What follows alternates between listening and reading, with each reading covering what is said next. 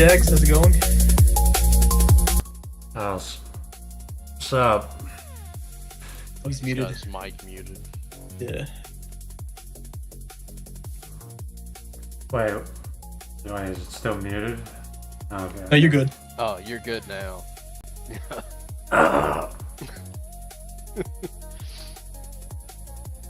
What have you been up to, really?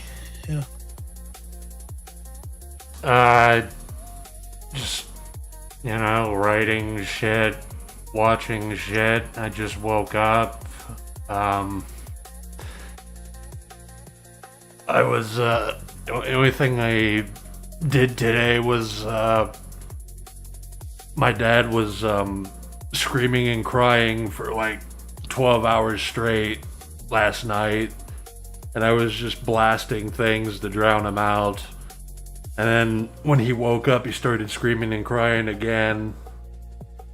So then I finally went in to see what it was about, because maybe it wasn't just casino games this time that he was losing at. And it turns out he installed a bunch of malware on his phone, so he was just trapped in a loop of screaming and crying, trying to figure it out. So I basically just went on his phone and factory resetted it.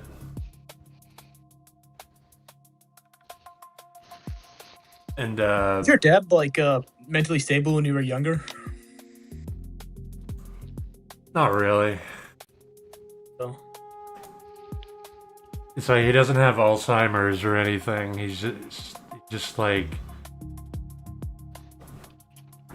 part of it is he is just like stupid and emotional, and then the other part is that I think he's just dealing with like, there's like a lot of things. Whenever he tries to do something, it never works out. When he tries to he bought a new phone, so it like something immediately went wrong. There was like some button that popped up on his screen that told him to download a PDF reader, and it was actually malware, and it just nuked his entire phone. I figure he isn't the highest quality person going off. He called you retarded when you were a kid. That's what I heard you say on a wolf stream the other day. Yeah, he definitely fucked up. I mean, he became better in other ways, but he's still like really, really impulsive and dumb. Like, I don't want to, like, if whenever I talk to him and when we do stuff, like, he's fine, he's cool, but then he's also fucking insane. And like, if I, like last night, I decided to ignore him because whenever he's screaming and crying for 12 hours straight and I poke my head in, it's because he's losing at a casino game. So I usually ignore him when he's crying.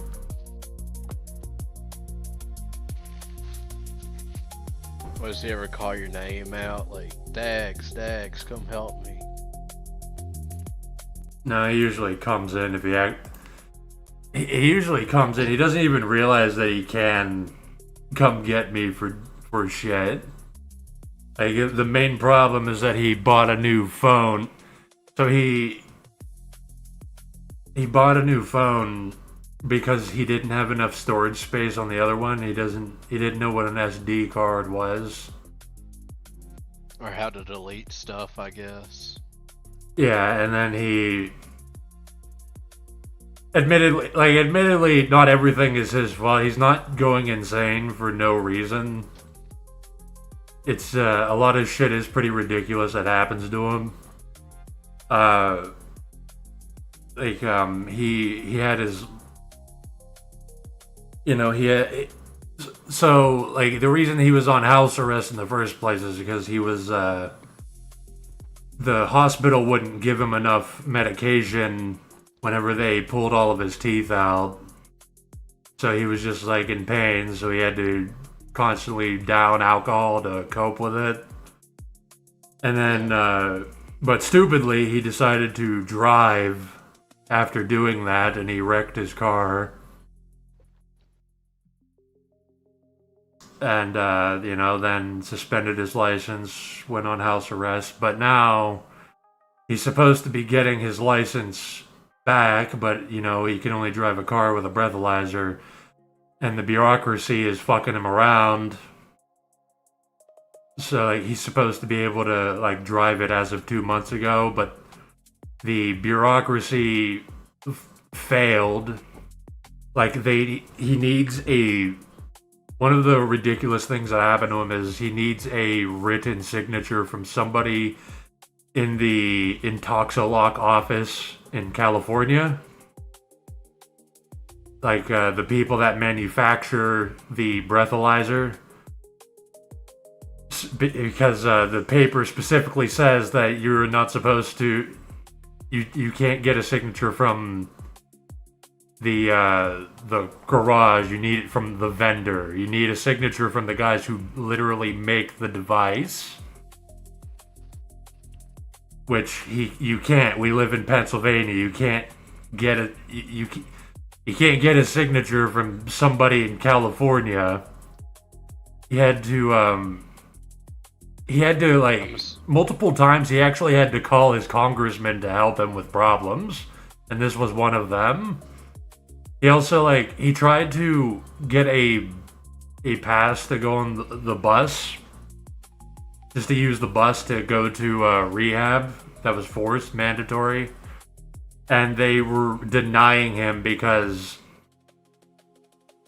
they said he was in the wrong county and he was trying to trick them, because we live literally on the border.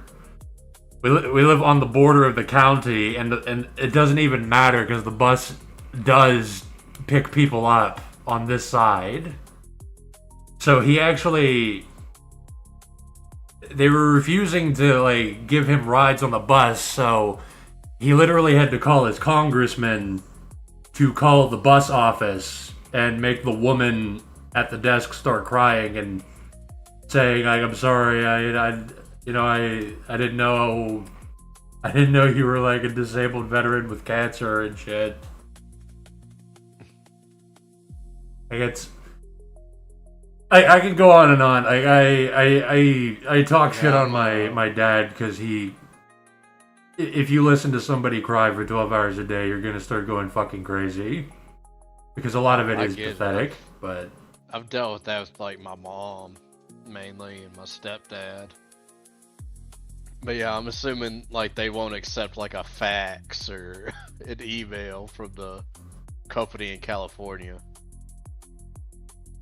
I really forget how it all went, but he literally had to call his congressman to force this through, and it's been 3 weeks since he sent the paper out to get signed.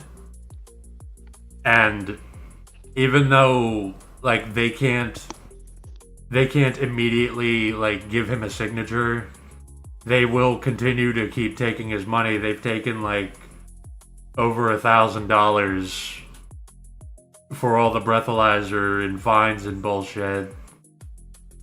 But they can't, the system works instantly whenever they need to take your money, but whenever you need something from them, it takes months. Yeah, God forbid there's customer service. Yeah, this is why I hate the police state. This is the reality of using the bureaucracy to police moral laws in a half-assed way, because it shouldn't even be illegal to drink and drive. If we can do something if you're caught drunk driving and you have a wreck, you're at fault. But this is the reality of this is just politicians that are, the system's corrupt, and they won't do anything about corruption because they are it.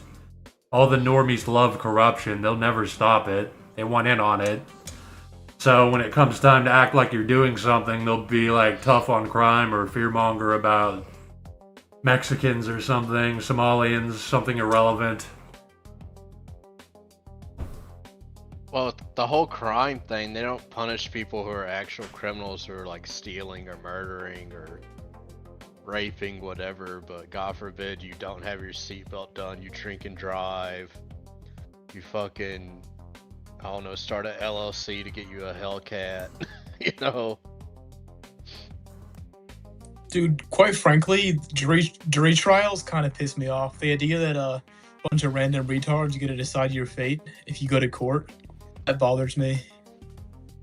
Well, I saw, it was an Anthony Cumia clip from the other day that I saw where he was talking about this drunk woman who was on a Carnival cruise ship and she got blacked out drunk and fell down the stairs or something and sued the cruise line and had a jury of 8 women from Miami at that court case, and of course they sided with the Floyd. It's like, because she had like 15 shots of tequila within 12 hours.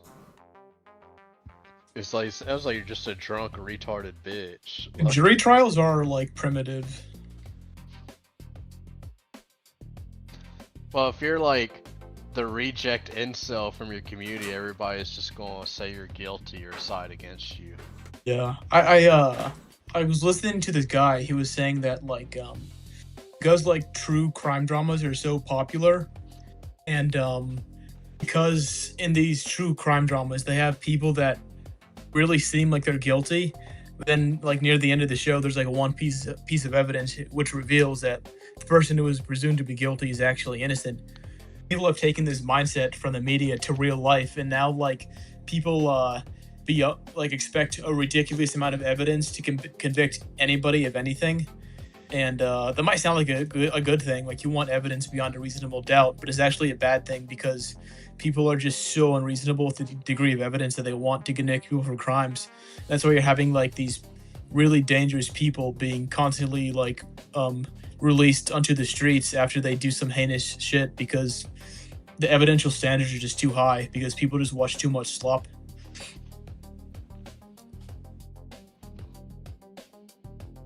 It is.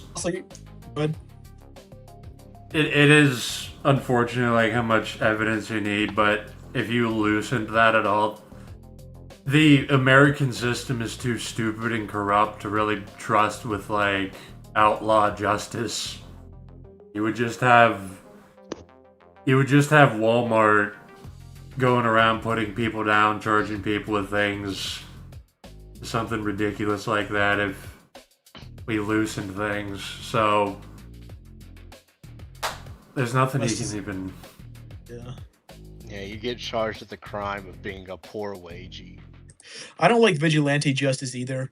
A lot of like normie streamers, they'll bait like 70 IQ literal retards into like texting a fake 16-year-old girl just so they can like record them and beat the fuck out of them. But these normie streamers, they don't care about actually reducing like child molestation. They just want to express sadism by beating the fuck out of some guy with literal Down syndrome. Yeah, there was that article I think last week where some stupid pedo hunter e-celeb literally ruined some dude's life and they had to make a formal apology. Like they framed a guy who did literally nothing and said that he was a pedophile, which effectively ruined his life already. Normies don't care. Like the moment Imagine you think this is if you've been accused, it's over. Normies will use that against you. If you're vulnerable, normies will attack you. Period. Yeah, if you're accused of being a pedophile, it doesn't like if you apply for a job and like and there's some article which is like acquitting you of being a pedophile, like it doesn't matter, it's already over. Well, it's the same thing if you're accused of just sexually assaulting a void. Yeah, and like, You know, normies are so fast and loose with that accusation too. Like I keep saying, like, why I got tired of normies in general is how much they accuse each other of being pedophiles and spread gossip. Like that's That's like the worst thing that you can think of that's plausible. You can't call somebody a murderer, rapist. Like you can call them a pedophile. Like they might have sex with a child one day, if they haven't already. You can just accuse somebody. Like, you might fuck a child one day, and if you give them that power, the normie will use that constantly. Like if they even mildly dislike you, and they feel like they can attack you. Bam, you're a pedophile. Yeah, Well, it's like the only. Like, most of these norm groids, like they're left around a 13-year-old girl, and they knew there'd be no consequence for their actions. They do it. Yeah, they would. They do not have moral principles. It's not even really fitting to call normies. Say most normies are pedophiles. They're just impulsive animals. Like they'll fuck anything. They don't really have a preference. A younger woman the better for them. They will do it if they can get away with it. They'll be trying. Normies will try to fuck your 12-year-old daughter if they can. At least molest her or something. You can't trust anybody. You can't trust animals that don't have morals or principles. You can't trust them around like a 5-year-old boy, dude. No, you can't. Like they could be doing anything to them. When you're dealing with like an animal, there's nothing in their head that's dangerous. Like, you can't turn their back on them. Sup, Wolf? Hey, Wolf. Hey, just having the same conversation in my VC or my general chat about MGTOW Cowboy and Faith-Based Gamer talking about the age of consent and like how Speaking MGTOW Cowboy like, literally said pedophilia, and then people equating it with like hemophilia. Have you guys seen like all the stories about female high school teachers having Okay, so MGTOW. Oh my! I'm sorry for interrupting. I'm sorry, Wolf. Like, what were you saying? Wait, can you guys hear each other? Oh, I was about to. It sounded like he couldn't hear you or something. I don't think he meant to do that. Yeah, I don't think Hudson meant to. That I was like trying to stop Hudson to let you speak, Wolf. Oh, yeah, sorry, my bad. But I'm sorry. Go on. I'm sorry for interrupting. You guys were having a conversation. MGTOW Cowboy was just in my VC talking to Faith-Based Gamer about how he thinks the younger a woman is, the better. And just stuff like that. And it's just pedophilic tendencies are natural, is what he said. And I was kind of shocked on what he was saying. Well, he's an anarcho-capitalist, so that's literally. My bad. I couldn't hear you. Something was wrong with my computer.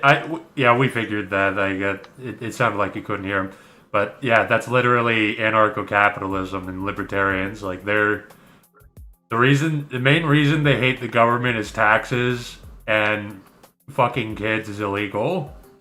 That's literally it. Well, that's kind of like the joke with libertarians is that they're pedophiles. You know, they are like it's not even joking. They want to like rent property and siphon wage slaves, and they also want to bang 10-year-olds.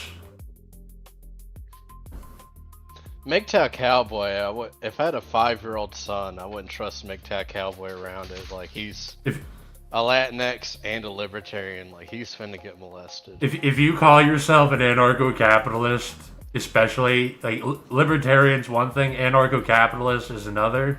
They're both bad. Yeah. If you're an anarcho-capitalist, like, you should be, like, leading your children away from that immediately.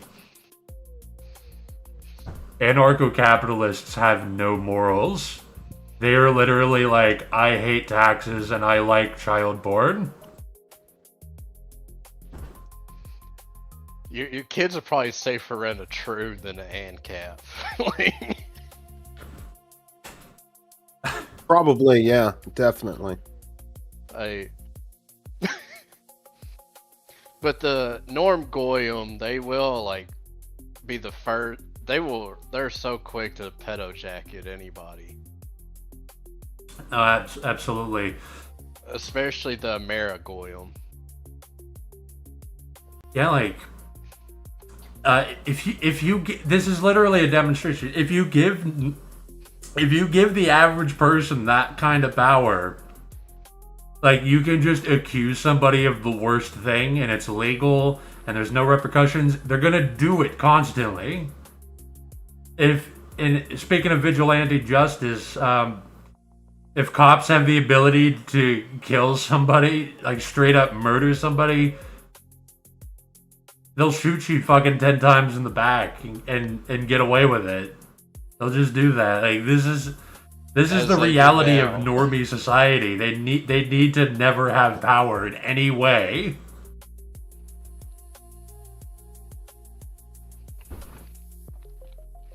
Total in the chat says, I took the Celtic pill. What does he mean by that? There's a lot of pills I've given out. Like,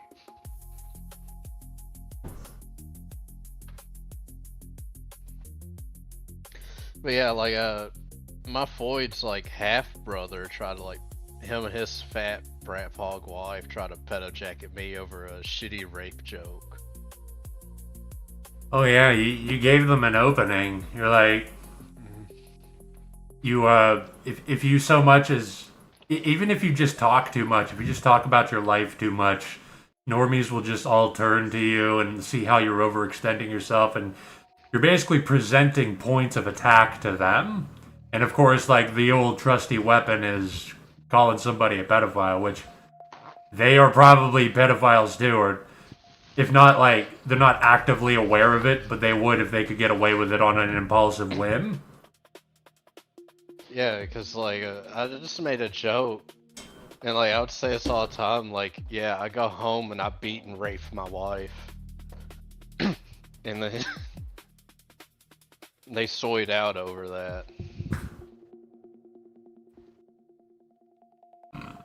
And there's this, like, my dad got randomly accused of being a pedophile because he does, like, you know, being around kids, hanging out with them, like, genuinely, nothing bad. Believe it or not, some adults like kids in a normal way, and because this Christian guy that abuses his wife and abuses this one kid that my dad hangs out with, like, he started spreading rumors that my dad's a pedophile. I go, why does he want to hang out with? Why does he want to hang out with the kid? Is he fucking her or something? Like, they'll just fire that off, no problem. Yeah, that, like, you can like somebody without, like, wanting to sexually exploit them. And normies have totally corrupted that. Like, it's too much power for them. You give them power, they abuse it. If a normie cop can murder somebody, they'll do it. If they can sell drugs, they'll do it. They can turn the police station into a whorehouse, they'll do it. If normies can fucking ruin somebody's life with, like, a word, they'll do it. The unfortunate thing is, with the current society we have, people aren't punished for making these false accusations. Whether it's women saying a man raped them, or trying to pedo jacket somebody, or whatever. Like a guy who was very prominent with the TW sphere, obviously, in the sphere as a whole, Western Decline, like, people try to pedo jacket him in his real life, and he got probation, all that over it, even though she was of legal age in his area, a year over legal age. That's how the conversation started in my original stream. We were talking about Western Decline and his problem. Yeah, it's like... Not that I know anything about it. Well, it's like in his area, the legal age in Canada is like 16. She was 17, but she had showed interest in him since she was 14. So he just waited to, like, initiate a relationship with her till she was 17, and the Freemasons in his area, the police, fucking locked him up and charged him with harassment and all that. They tried to, like, get him as a sex offender, but they couldn't do it. It was just a harassment charge for bringing flowers to a girl's home to ask her out to go to the movies. So it just shows, like, even if, like, you're just blacklisted or not liked by the people in your area, they're going to do anything they can to make your life a living hell. And that's why the Goyim don't deserve sympathy. No, if you're one bad thing, you're all bad things. They will infinite... The normie is uncaring about truth. They love hyperbole and lies. Like, if I don't like you, it's because you're all bad things. You're ugly, weak, stupid, a pedophile, criminal, probably a murderer. I wouldn't be surprised.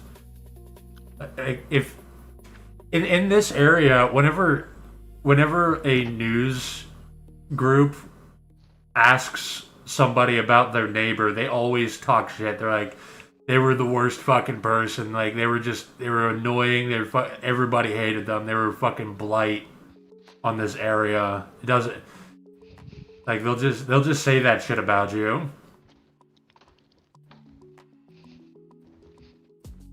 They just talk this way about each other, like, on a whim. These people should never have power in any way. They will abuse all of it.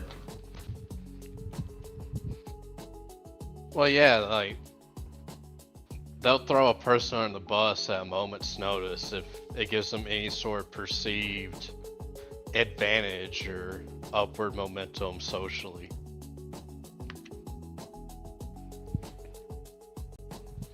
It's like, look, I'm not a bad guy, but this other person totally is, for some reason.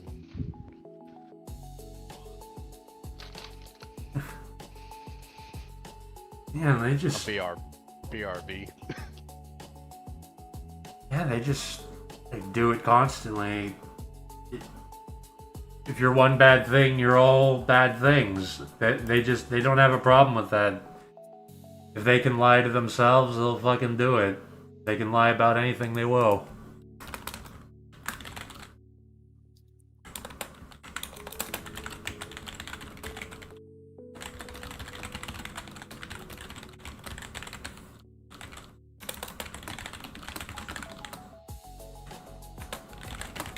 It took me a long time to figure it out as a kid and even as a young adult that most people are just full of shit. And most people, when they talk to me, I have to assume they're lying to some extent. At least when they're talking about bragging or things they've done in life. Because it always seems like bullshit to me. It's very difficult to develop a sense of it, but you eventually learn how to, like, gauge how much of what somebody is saying is bullshit when they're bragging or talking shit on somebody. You have to just view them as a big mass of animals. It's just a big phenomenon that will just keep repeating itself. You'll just, okay, I'm gonna have to go talk to cattle people. They're gonna, hyperbolically exaggerate, lie about things. They're gonna want to talk about somebody and they're gonna lie about how bad that person is. They're gonna act like they do more in their own lives than they really do. They're fucking broke wage cucks that act like they're rich, that act like they travel, that act like they're a character in a sitcom, that, like, gets into all these crazy, awesome events in their lives. Oh, yeah. Yeah, and they're full of shit. They're not doing anything. They just like to think, they like to pretend that they're in a movie and that there's cameras rolling at them behind the walls or in the bushes or something, so they act retarded.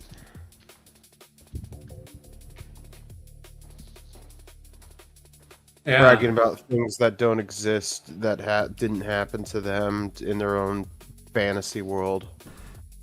If you go talk to the average normgroid, and if they talk a lot of shit about a person, just off that alone, you can make a pretty decent gauge that this person's probably alright or onto something.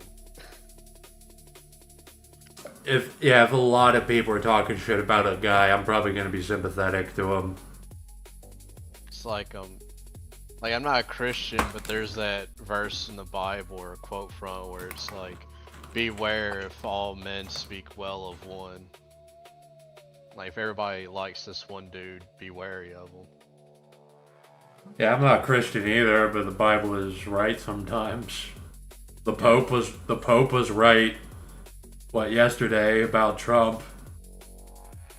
What did he say about Trump? I saw you post something about it, but I just didn't read it. The Pope was saying like how there's these corrupt forces in the world that have billions to spend on wars, but there's no money to be found for things like healthcare and education. And he's like, yeah, that's right. I'm not a Catholic, but you're right. Yeah, but the average, like, Amerigolem's gonna look at that and be like, oh, he's like a Marxist, socialist. He's a leftist. Therefore he bad. He's a leftist, tranny, mass immigration pope.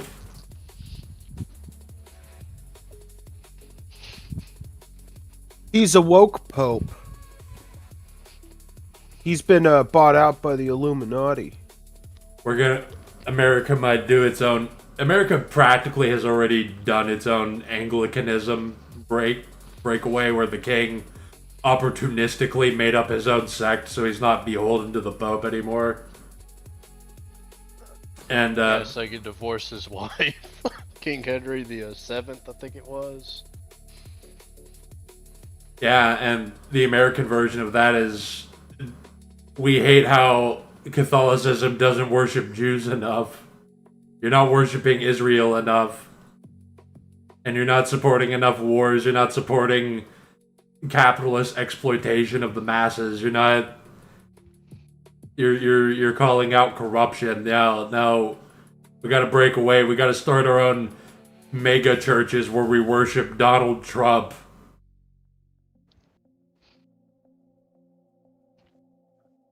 Honestly, I'd rather live in a Catholic country like Italy or Spain than Weimar America at this point. I mean, Oh yeah. I would also. Yeah, European Christianity is definitely different from American Christianity. Well, it's there's a meme and apologies for I'm gonna say something that may or may not be considered a slur, but it's real nigga economies, and it's like the United States stock market that. No, it's a fake nigga economies, and real nigga economies is like Spain, where people just take siestas in the middle of the day and just I think chill, nigga is hang out fine. at the cafe for a couple of. Yeah. But I know with the R it's bad, but with the A it's probably okay. But America's like this faking gay number go up, like Judeo-Kabbalistic money magic system, while in a place like Italy, they're actually producing things for the society. You actually have a very healthy work-life balance. Like, people just like, you go work for like 3 or 4 hours in the morning, go hang out with friends, family, whatever, at the cafe for an hour or two, then go back to work for a couple hours. There was something. Yeah, there's a sense of community, and there's a sense of like relaxing the mind once in a while. Isn't it like the average vacation is like 1 month a year in European societies? And then everybody was telling me at work, everybody was a dick at work today, and I just noticed like, yeah, nobody's like, they're just there 5 to 6 days a week, and that just becomes their life, and they're not really able to do any sort of social activities, or maybe they can, but it's just like they come home, they're fucking exhausted, and well, how many hours are you gonna really spend the day working? And I talk a lot to these normies, and they act like work is the only thing that exists and it's the only thing that matters. I mean, yeah, you need money, but there's other things about life besides work. maybe for those retards, because they would just be shooting up heroin and masturbating if they weren't working. Exactly.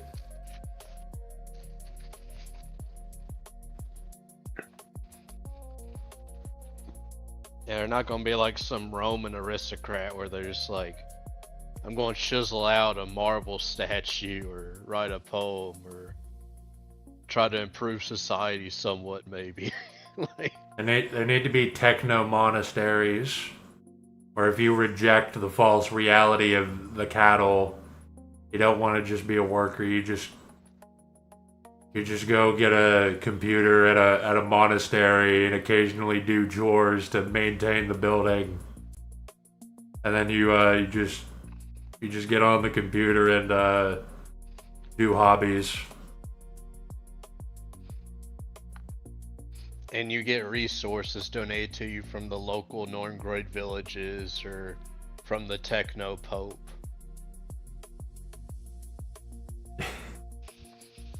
Yeah. And like, see the different Europe actually understands capitalism more. That they can identify it, it's good, it's bad, and they separate it from democracy.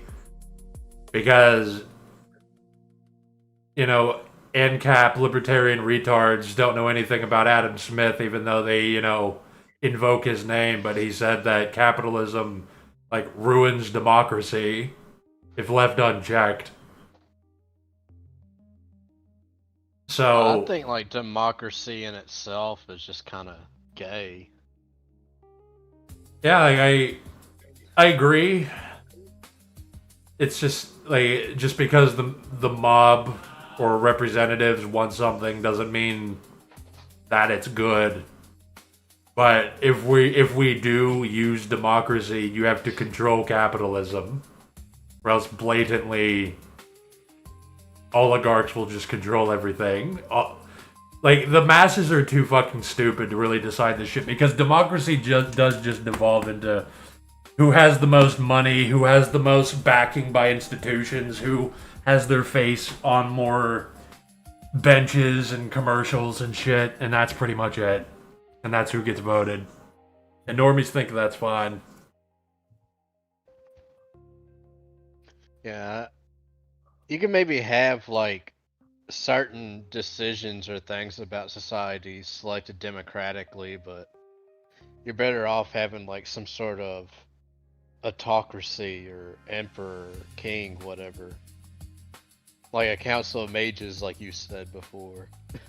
Yeah, that is what I believe now. Like, there should be a council of mages that have absolute power, and then below that, yeah, you have like European democracy, you have municipal councils and elected representatives, and you have maybe capitalism to an extent that it's not retarded. But, you know, you can have your little democratic social welfare playground, and then, but the council has the final say. Yeah, like, you need somebody that's just like, no, this is what we're doing. Like, if you check in on the masses and they're all drummed up, they've all been socially engineered by media, like they're all voting for this one guy. Oh, he's like, you know, he's not a politician. He's got like fresh ideas and he's rich and strong. So we're all just going to support him unilaterally in whatever he wants. And this guy, he wants to like, he wants to give $1 trillion to Israel immediately. And then the council steps in like, no, it doesn't matter if you all voted for that. It's not allowed. I think it was either Indiana or Illinois, like the governor of that state just like gave $60 million to Israel to boost their tech industry. In Texas, I mean, that's no surprise. Well, I think it was like Illinois or Indiana. It was one of those two states. It started with an I. Indiana, probably. Illinois is kind of... Yeah, Republicans are like 90% zogged, and then Democrats are 60%. Yeah, it's like talking to my dad, you know, like with the Iran thing. He's like, well, we gotta protect Israel, you know, because if we protect Israel, God will bless us. Yeah, I don't need to hear this tired old script again, dude. We need to support Israel because magic things will happen. Like, well, it's kind of like, well, what if, like, I don't know, the Chinese or God shows the people, what should we support the Chinese then, you know? Like, it's just such a, it's so obviously retarded, but that just kind of shows you how much of like cattle they are. You just say a line to them enough times, they believe it to be true.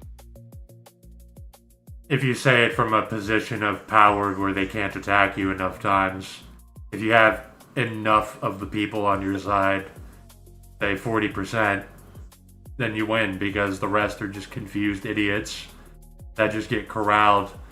If you even have 10% of society consistently enforcing your will from a position of power, the rest will fall in line. The rest don't believe in anything. They don't care. They just walk around like, I kind of like this, and I like, and I don't like this, and I just kind of want this. And it's like, oh, you want me over here? Okay, I'm going over here. And yeah, I just kind of, and I like this, and I don't know about this, and that's how they think. Well, there was like a quote from Hitler where he said, if you tell a lie big enough, people will believe it.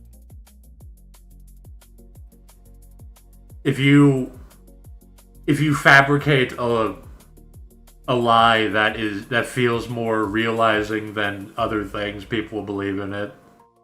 It's more marketable that way.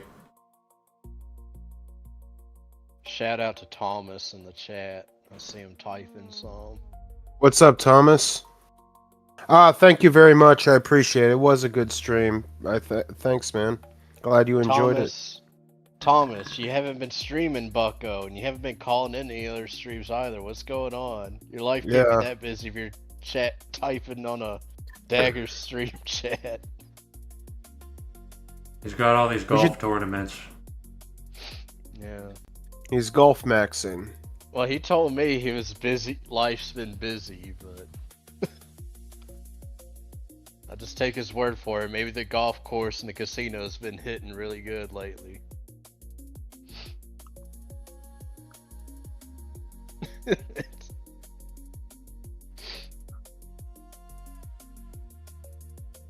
Yeah, the Wolf had his 100th stream yesterday. It was pretty good. I fell asleep halfway into it, but yeah,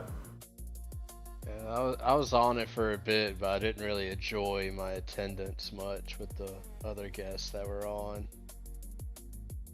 at the moment. I have no idea what happened after I fell asleep.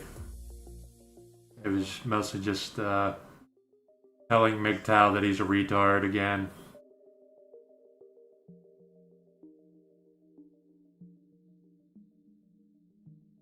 Honestly, like, I don't even really...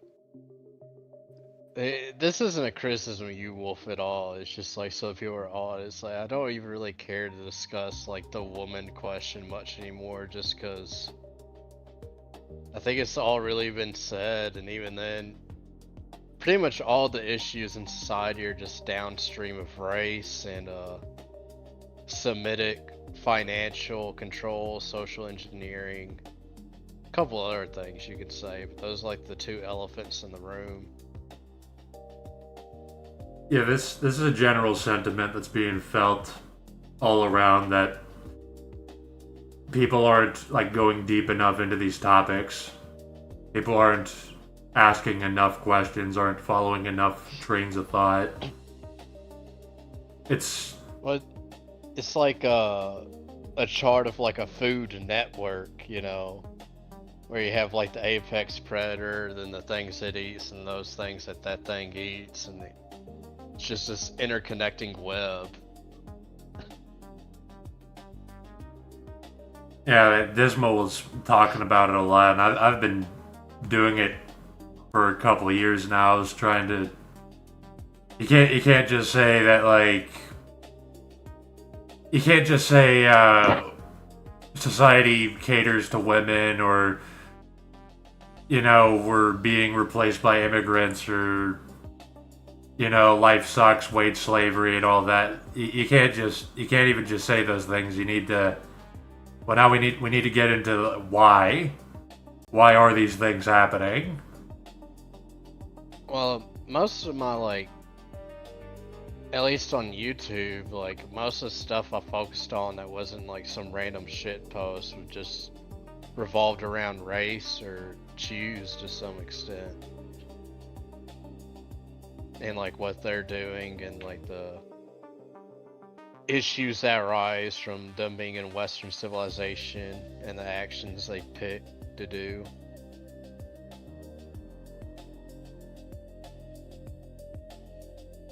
Because like, yeah, like Foids love Zog, but like then it's just more of like, okay, what does Zog do to Pete that Foids enjoy so much, and why does it harm us?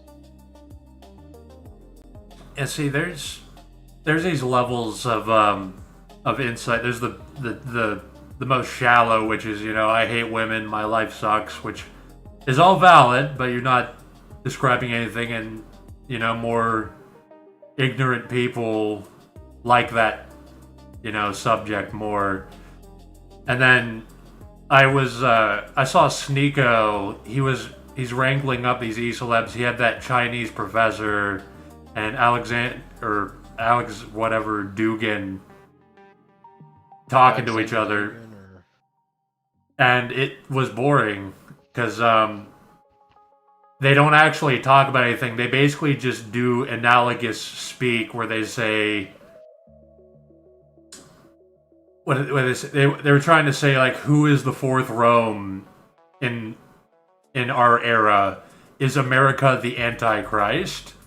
Putin is based. He is actually a Christian, and Russia is rejecting the anti-traditionalism of the West, and it's like all very tired, clearly state-serving takes. The Asian you're talking about, Professor Yang, that Chinese dude that's blown up on YouTube over the past year? Yeah.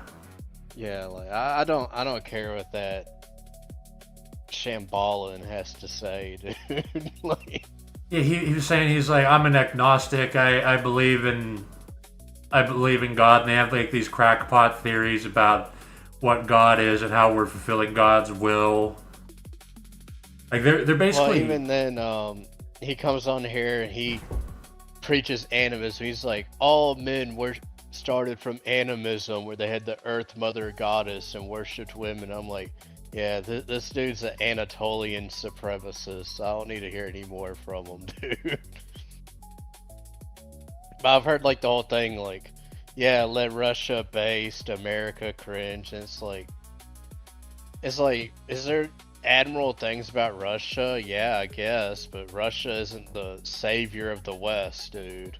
Russia's not the upholder of Christianity. Like, Russia is not my friend. Yeah, they're a competing superpower that's also corrupt. I mean, they also have Jewish oligarchs too, so it's not like they hate Jews or are fighting Jews or whatever. And then it's like the Rust Belt. It looks like the Rust Belt, and they have an HIV problem. And everything's corrupt and broken. Putin doesn't give a fuck about Christianity, appropriates it to suit his needs. Like, I don't... Well, Russia has one of the highest abortion rates in the world.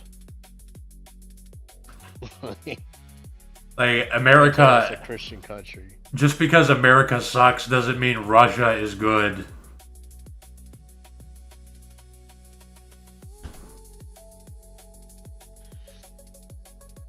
Like, yeah, people are idiots are so enchanted by being able to do a basic level of logic.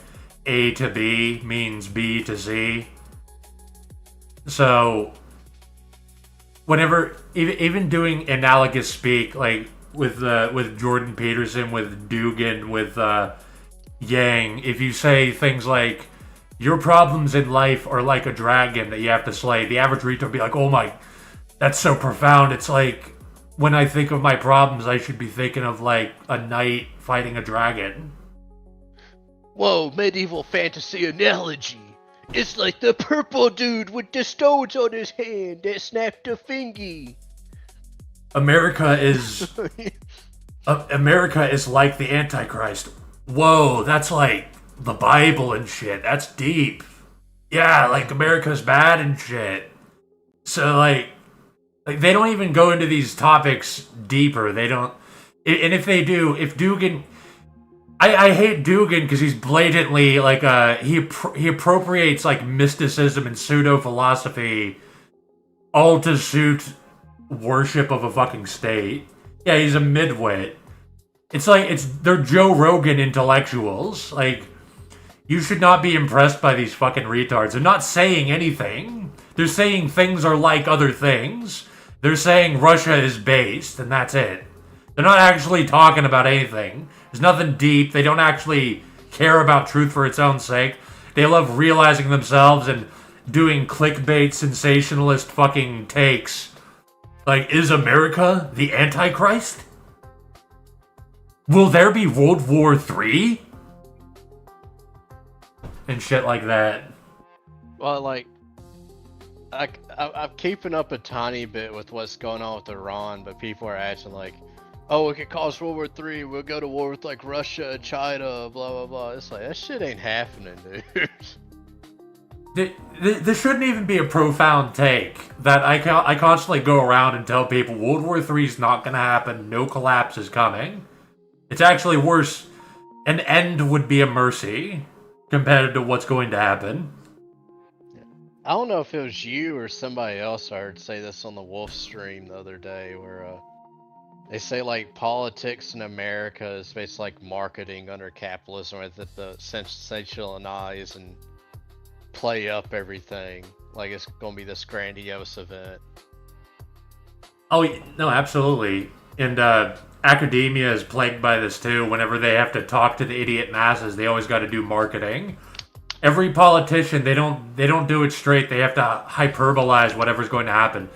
My opponent is the worst person there is. I'm the best person there is. I'm going to do everything good, oppose everything bad. Instead of, well, what are you going to do? Well, I'm going to oppose the bad people. Under me, you're gonna win so much, and you're gonna say, Donald Trump, I'm tired of winning, but we're just gonna keep winning. Win what? What does winning look like? Does it look like us spending billions of dollars to increase the price of oil? Yeah, that's what winning is, Chud, don't you know? Because the oil tycoons and the GDP go up. Does it look like us paying for the FBI director to use the FBI as a taxi service for his Mossad girlfriend? Yeah, that's what winning is, don't you know?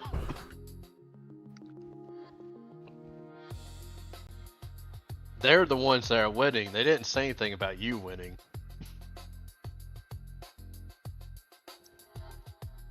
Yeah, it's just whenever you cater to normies and allow them to control things, they bring everything down to their level, which is basically nothing. And everything just dissolves, everything loses meaning, words don't mean what they are supposed to mean. Everybody just twists everything, and then coincidentally all that happens is there's just like a corrupt ruling class and then a screaming underclass that's coping. Well, it's like, well, you see this like with almost anything, like, me, like, I'm a gun fag, and I can't stand guys who like Canic pistols, because they're like these cheap knockoff Turkish clones of a Walter P99. And all Canic guys are saying, they're like a fat white guy with a beard and a tattoo sleeve. They got the non-white wife to match, and their mud children. And whenever you tell them, like, hey, the Canic's a shitty handgun, they're like, no, it like good and got nice trigger or something. I'm like, it's literally a Walter P99 clone, but built wrong with pot and metal. And they're like, no, like, it good because competition or something. Now look at my fat brown wife. And it's like, fuck off, dude. They have low understanding and appreciation for these very fields that they'll attach themselves to. they'll just ruin that. They'll ruin media. They'll ruin art. Ruin politics, technology, economies. It'll all just dissolve of all of its meaning. You have to never cater to them. You have to seek to uplift them. If anything, they can only pull things down.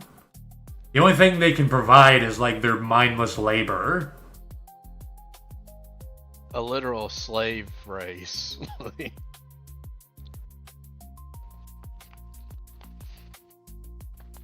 It's like Aristotle was just honestly on the money and saying like, yeah, there's people with like master genes and people with slave genes. Because yeah, the natural slave and the natural master, and the natural slave was a person who wasn't reasonable enough to make decisions that would be best for them in life. And the natural master had a lot of reason and the empathy to know what would be good for other people. So you need like this master to rule over the slave, so the slave can have a better quality of life than they could choose or afford to have for themselves. To me, it's but not now even it's been inverted.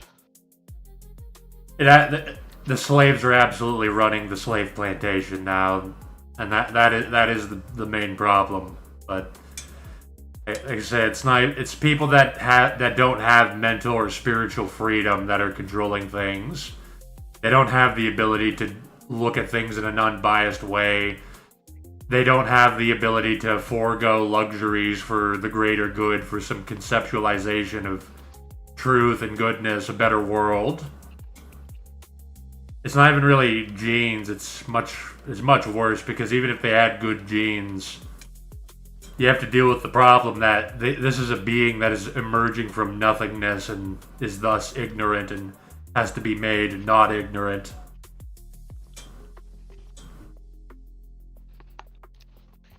The cycle of life and death causing ignorance perpetually is pretty much our main problem. Well, yeah, we're all born retarded, basically, and really what the dividing factor is like who's able to receive wisdom or whatever intelligence, whatever you want to call it. Who's able to receive that and understand it and go forward with it.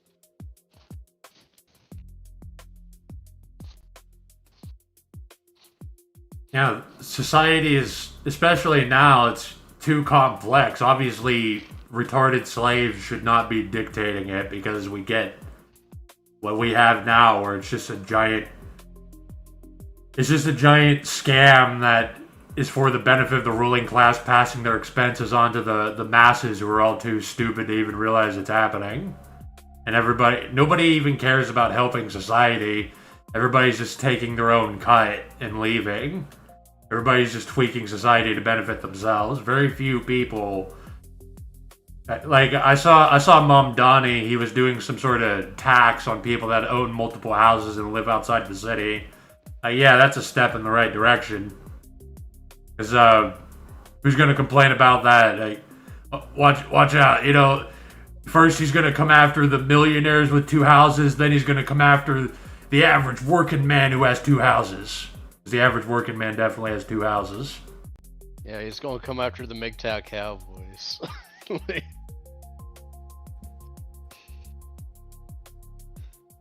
Well, it's like the only reason like I could see somebody owning a second house is because like they let their son or something live there. You should put it. It should be in his name. Just put it. Just yeah. Transfer the title or the deed to your kid, and then that won't be a problem.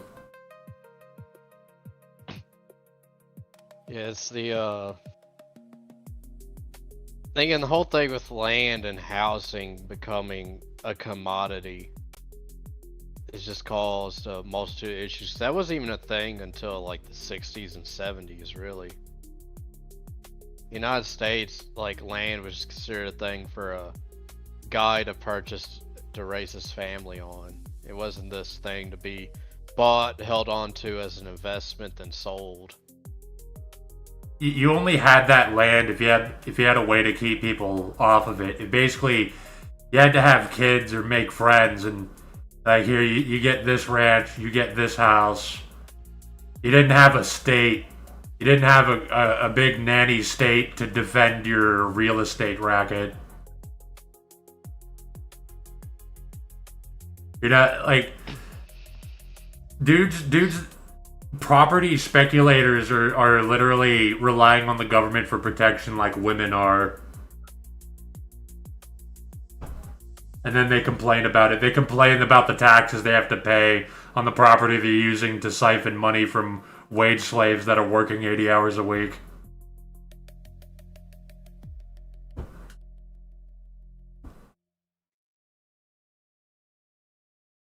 Yeah, but the Normgroid says they shall be making, all these goyim should be making shekels for them. Like, one day if I work hard enough, I'll be able to exploit the masses. Do not lay a hand on the millionaires and billionaires, because one day that's going to be me. And then they'll be lucky to own one house when they're 50 years old.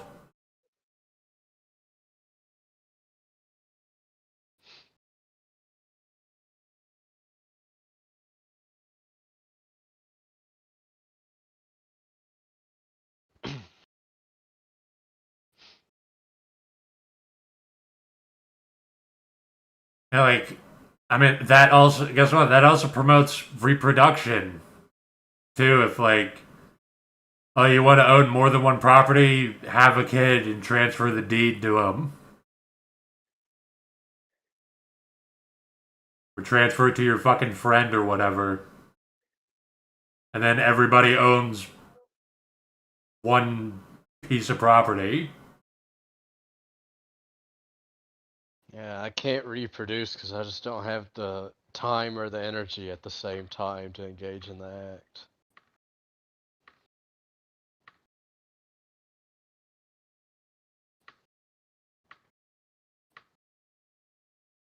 Really, it should be like maybe like a 4-day, 30-hour work week. Should be the Pretty standard, much. at the very least. Yeah. Because the whole reason you have to work as much as you do, like realistically, to maintain the same standard of living we have, you don't need a 40-hour, 5-day work week. And even then, most people in America work more than that anyways, and it's all the automation and everything. The scarcity is all artificial. Well, it's all based on making the shekels per goyim go up. Exactly. It's The not about what's SPG. actually being produced of value. It's about, oh, this $100 goes from one person to this person, and that person with the $100 gives it back to the person that gave it to them originally. It's all fake. What do you guys think about the suburbs? I think the suburbs are just like this artificial, like, domesticating cattle pen for people. You can't do anything in the suburbs, really. Well, Dag just talking about everybody owning a piece of property. Like, what kind of property are you imagining? Are you talking about like a condo in a city, or are you talking about like a quarter acre in the suburbs? Like, what do you? It's not. I don't entirely believe that we can be vindicated by making sure everybody has property, but it's just I don't really like suburbs unless we change how they're made, because yeah, they're giant stretches of useless, inefficient land. I think that we should utilize space better. I do want us to live in dense, smart cities with public transportation. It's quick to get around, and we have more nature. I don't want there to be suburbs everywhere. I'm just saying that this would not be great, but it would be a step in the right direction if everybody could only own one property, which would force like that's something difficult to lie about. It's hard to lie that like because that's what businessmen always do. They try to whenever these laws are getting written, they always try to put a technicality into it, a loophole where they would try to say like, oh, it's not considered property if you only pay half the taxes on it, and then they'll have another guy pay half the taxes, and then it's not considered a property or something stupid like that. Just making up a loophole that they would probably do, try to put into the law. So at least this way, you would have to give deeds to your friends. You would have to have kids and give the deed to them. And I don't. We could do both. We could have less suburbs. People don't really need to own property. Living in like apartments would be fine. It's just that if people are property owners, you can only have one. Well, clearly suburbs would like a house in the suburbs doesn't really allow you to do this. But I mean, what are your thoughts on self-sufficiency, like growing your own food and such like that? Like you need a little bit more space than you have in the suburbs to really become self-sufficient. Yeah, I respect people who do that. That's totally fine to go off the grid because to become if you even use electricity, you are submitting to the system, which implies that you have to do something for it, which means you'll probably be stacking millions of boxes to keep the electricity flowing. But if you eliminate that, if you have solar panels, maybe you can have electricity or something like that. But yeah, self-sufficiency is fine. I don't know what you're gonna do in your old age. When you get cancer or something, you're gonna need to come back to the system, but it's definitely a valid way to live. Well, if your children live nearby, then they should be responsible for taking care of you in your old age. Yeah, ideally, And I don't mean like changing your diapers necessarily. Like they should also be responsible for putting you out of your misery at some point. Like your children should have the final say for when you go, and how much they like you is going to determine when that day is. no, that's how we used to live. I do. That's kind of what I meant when I was saying that real estate speculators and investors they are only able to really do this because of a giant nanny state protecting them, defending property they own on the other side of the country from where they live that they use to exploit wage slaves. Yeah, the capital and the state have like teamed up hand in hand. They're working together to screw everybody. Because the Wild West was different. If nobody's around to defend your house, you lose your house. We're just gonna move in. What are you gonna do about it? I walk up and kill you. Like if I don't even have to do that, you're not even there. You're owning this property. You're just holding on to it, hoping that its price increases. I'm just gonna walk in. What are you gonna do about it? Me and my biker gang are gonna walk into your house, and you're just one fat guy that lives alone, hoping to make returns on holding property.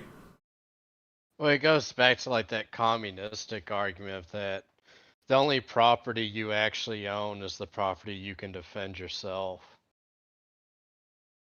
Like you can't defend like having two houses in two separate locations physically.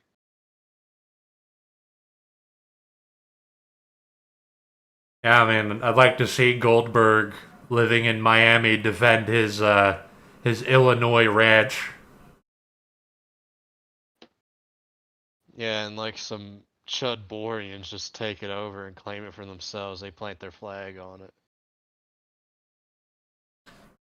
like I said, these people that worship capitalism, like they love the state. The state allows them to do this bullshit. That's why capitalists always want the state to exist, and they want a cut of it. They want the free money and the free protection. They love the cops because they don't even have to pay for the cops.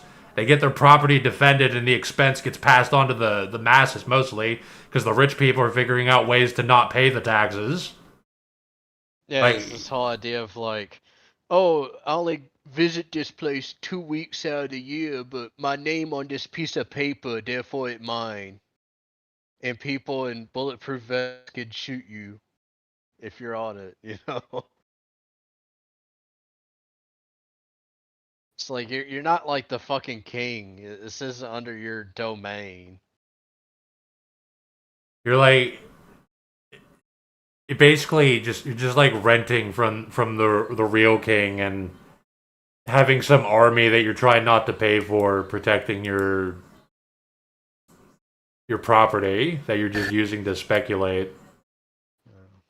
Because like what you're describing, what English is describing is basically just typical frontier life.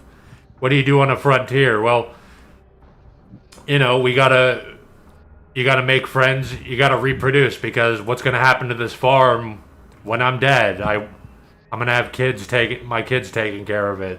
They're gonna have the farm. They externalize themselves into the farm and want to continue the farm along with, you know, their genes. Yeah, and they didn't have a farm on the other side of the state where the Indians come over and start burning wagons or something. It's like, oh, you weren't over there to protect it, dude. They took it. If you're a Boer in Africa, or you're in the Wild West, like you just got to think about what you would be doing to get set up there, to have a ranch, defend it, because yeah, technically it's your property, but you know, this is the Wild West where property is still pretty vague.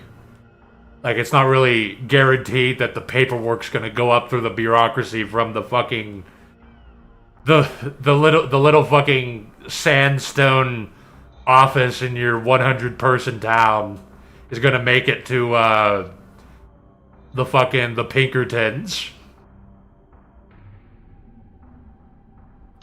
So you gotta get a gun, you put up fences, and you watch for people coming, and you try to get kids, and you teach them how to maintain the farm, and then they take it over, and they'll take care of you when you die. If you haven't mistreated them, they won't leave, or they won't kill you early.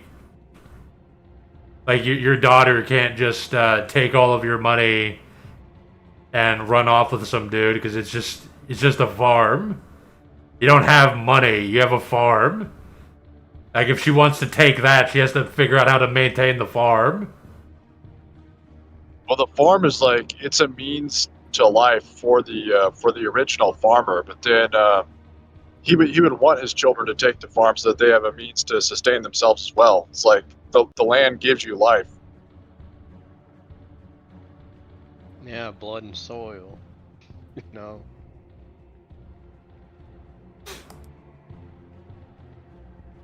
But people aren't interested in investing any sort of generational wealth. Like, I saw a clip of like one of your older stream staggers. He talked about your sister took your mom's will or whatever just to go get BBC all over the world. That's what people want. Yeah, she stole $500,000 from my mom. Part of that I was gonna get so that she can get BBC'd in Cancun. Yeah, like that. That's what people want. That's what like the norm goyim look forward to. Not this idea of upholding and building like generational wealth or a family is to get fucking BBC in Cancun. Yeah, really. That's Like, it's not even an exaggeration. Like, she's like it's disgusting to talk about, but like it's just how much of a joke things are. Like when I just think about the state of the world, you just have to even if this hasn't happened to somebody here, like that person, you just remember me just sitting here, like being broke as shit while my sister is getting plowed by black men in Mexico. Well, I think the reason it's like that is because people's egos, I think, used to extend to like their ancestors and then also down to their children. Like their ego was not centered on their own personal body. They saw themselves as like an organism that's multi-generational. And if you are a person like that, where your ego is spread over multiple generations, you're not considering like just your own success. You're considering your children's success as well. And if you're like that, and each generation continues to be like that, the next generation, they're going to build multi-generational wealth. But America has like turned people into, it's like shrunk their ego down to just the size of the one lifespan instead of multiple lifespans. And that keeps them from being able to like work on multi-generational projects. Yeah, like to basically, animals are made to care about things other than themselves through force, through circumstance. Like I said, parenting is basically a coincidence. It's not just biology. It's basically like a happy accident of the things that happen. You know, the mother becomes pregnant, and when she's about to give birth, she becomes weaker and has to lie down. And when she gives birth, she's very exhausted and weak. So she has to lie there as the babies are wriggling around, and they basically find their way. They have these basic impulses that tell them to go towards the big warm flesh, and they're exploring their bodies and using their mouths, and they find a nipple, and then they receive milk from it to nourish them, and then the mother is just lying there, basically observing these babies. And over this process, she is bonding, she is externalizing herself onto these things, that when she can move again, she is now attached to these things to an extent. And she will basically start taking care of them as long as they're able. She has a threshold of how much she cares. And permitting any interruption, she could just get slaughtered, or the baby could get separated, and then the baby comes back and she doesn't recognize what it is and doesn't consider it real and just eats it or something. I've seen more cases of animal, like mothers, sacrificing their own lives for the sake of their children than I do see human mothers. Well, the mothers that do successfully externalize themselves onto their offspring, like that type of creature is going to fare better than the ones that are incapable of doing that. So, like, that should be a very fit trait to be good at externalizing yourself onto your children. Yeah, it's like animals just don't really care by default. It's basically they're being forced to care. We were forced to, think deeper about the world. Animals are forced into parenthood, pretty much. You only, if you don't have to care about things, you'll just kind of sit and rot, gestate, and indulge. If pretty much with like a rancher having to, maintain a self-sufficient whatever homestead, you're being forced to understand the wants and the happenings of the world around you, and you're dependent on other organisms. You're part of the great organism. Like Hegel views pretty much the entire existence as this big organism that's all interconnected and relating to each other and transforming through each other. And you're forced to realize that and mediate with it and find out what it needs. You have to understand it. If you want a kid to take care of your property, you have to actually raise them, teach them, give them what they need. If you don't want them to betray you, you have to treat them well, or else they'll leave or they'll kill you. Well, I thought to raise the kid, I just gave him the Xbox and called him retarded. It's... Yeah, like, this society, it's like, it is just animals, and it's all so warped. Like, you're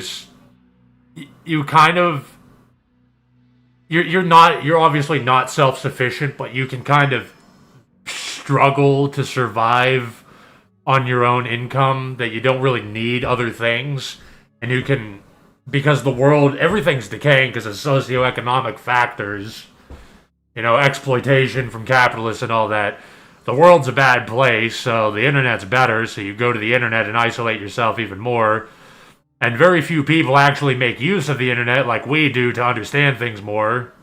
Everybody else just watches AI slop and Asmongold and bullshit and slop. The internet's all I have. Like, this is like the world I live in outside the wage cage. This is what I look forward to, is just like turn on my computer or my phone and seeing the happenings on the screen. Yeah, like, this is our only real way to be connected to, like, the great organism, I guess, is we have a genuine curiosity to understand what's happening in it, and even to interact with it like we are now. We are producing content that we think is higher quality. Well, yeah, even then too, like on the internet, you just run into people that you're more aligned with, whether it's intellectually, personality-wise, ideologically, than you ever will in your own personal life.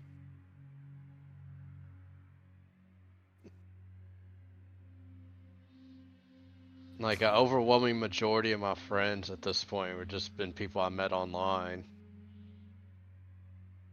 Yeah, most people are just fucked. You would be better off forming a commune with people you met on the internet, because very, very few people have been forced by the world to transcend the false reality and, want more than just being able to lie about things, being able to lie to yourself about the way things are. You have to be able to find people that actually care about the truth of the way things are, not just lying and putting a spin on it to benefit yourself.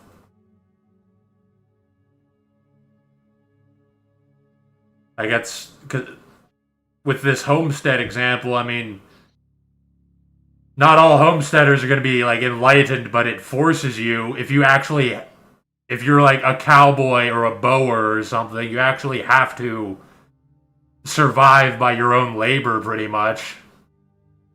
You have to understand the land, the world, the people, to an extent.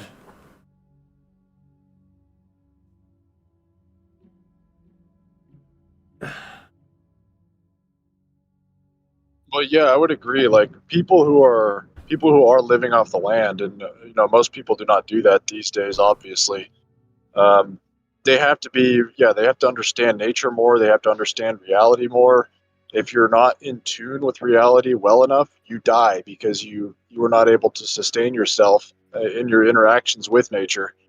And I think that's one of the really bad things about having big cities at all, is that it disconnects people from nature. And they're not even in touch with the real world. Like, they're living in a fake world if you're in a city at all.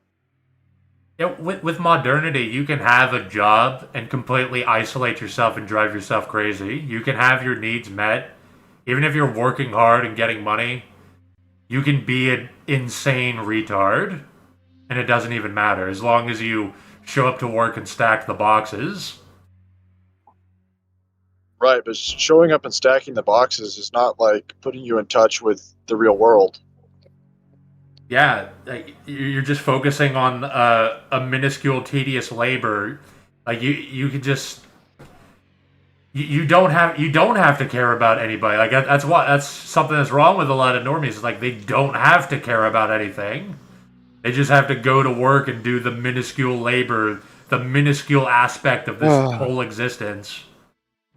That's one And thing I regret, thinking my job mattered when I was younger. Thinking my job actually meant something that was going to lead me to better pastures. No, it didn't. Job is just slavery. yeah, like I just stacked boxes, and I was just really like stupid, and I would bully people occasionally and shit, and I could just get away with it because I just had to stack the boxes, and then when that's done, I could take out my stupid frustrations on the world over and over, and that's how a lot of people live. Like even most people owning property, people like saying that they're homesteaders or they're going to be self-sufficient. They're literally just boomers that were participating in this giant detached system and are living off of the money they saved up and the pension and the social security. And they can, even if they have their own land in the middle of nowhere, they're like they're not being forced to compromise and mediate with the surrounding reality. They're just isolating mentally. And then their ego is inflated because they own property. So you have an insane, entitled retard who has legal power over an area and has social power saying, I am a landowner, I own this house outside of town. And then they use that to make the world a worse place, even on the social level.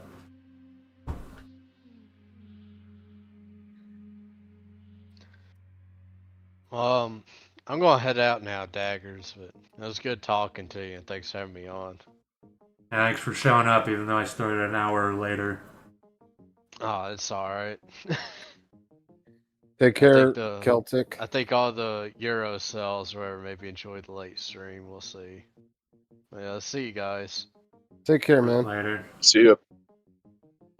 Yeah, this angle of this is an interesting angle. The fact that people don't have to be part of the bigger organism and understand reality also contributes to their, like some people call it solipsism. Like they just don't have to care. They can just be delusional and stupid. You can just be some woman and steal money from a man, get money from the government or something. Or be a boomer and do that. Because boomers steal money from others but legalize it. And then you don't have to understand reality. You're basically an entitled idiot. You don't have to care about the world. You have the money. You have the system. You have the big, vast system providing for you. Yeah, and I mean, in my ideal world, I think the majority of people should really be more self-sufficient, and they shouldn't. They should be able to like handle their own resource management, like creating their own food, managing their own waste, whether like through septic, generating their own electricity if they have the means to. Like, it doesn't actually take a lot of electricity to get what you need. Like, if you have a like a small creek on your property, there's ways you can set it up to like generate enough power for you to run like a deep freezer and such. I think like if most people were more self-sufficient, they'd be busy taking care of themselves, and they couldn't cause all of this like social chaos that's going on in the cities. And I mean, I don't think we should like abolish cities entirely, but I think cities should be a lot smaller than they are, and they should be much more focused on like doing certain things, like generating certain products or working on certain aspects of like culture or something like that. It should be scaled down a lot more than it is, and most people should just be pushed out to self-sufficiency. Like, I don't really like the suburbs at all. Like, I think the suburbs are the worst of both worlds, and Like you don't have enough space to be self-sufficient, and you're not as efficient as like an apartment. Like a high-rise apartment building is more efficient than everybody having like a separate unit on a quarter acre. I don't know what I would do about self-sufficient homesteads and stuff in an ideal world, but yeah, I agree that the suburbs are the worst of both worlds. If we had to go down this route, I don't know how this would work, but I would want dense, smart cities and then the homesteads. There's no in between. There's no vast neighborhoods. It's just Yeah, exactly. Like you should just be like self-sufficient homesteads and then like dense cities.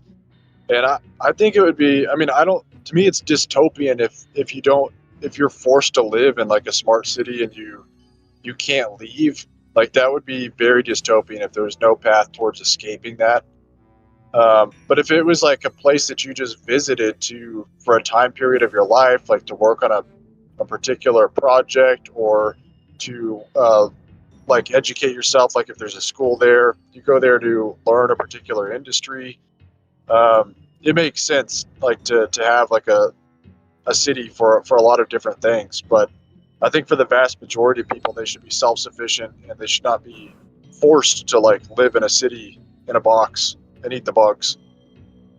yeah. Cities are also good for meeting a partner to reproduce with or meeting friends. Like you can spend some time in the city, and then you know you there's also different insights from living out in the rural compared to the city.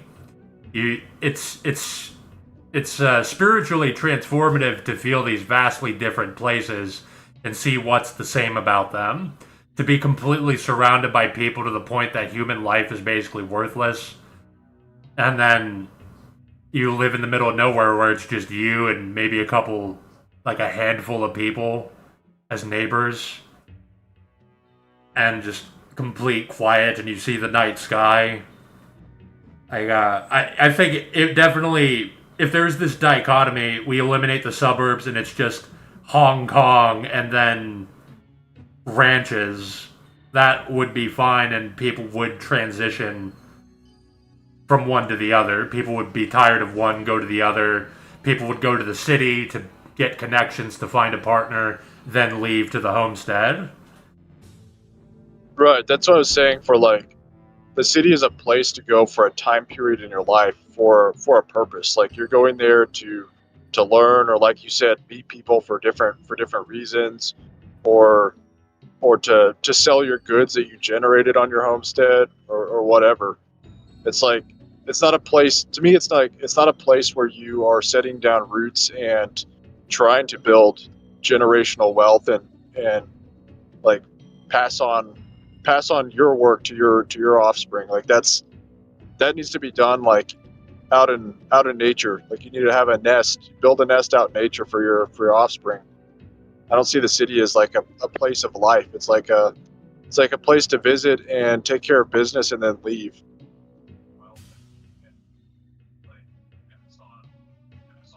Yeah, it's not only good pragmatically, it's good spiritually to be able to go through these different worlds.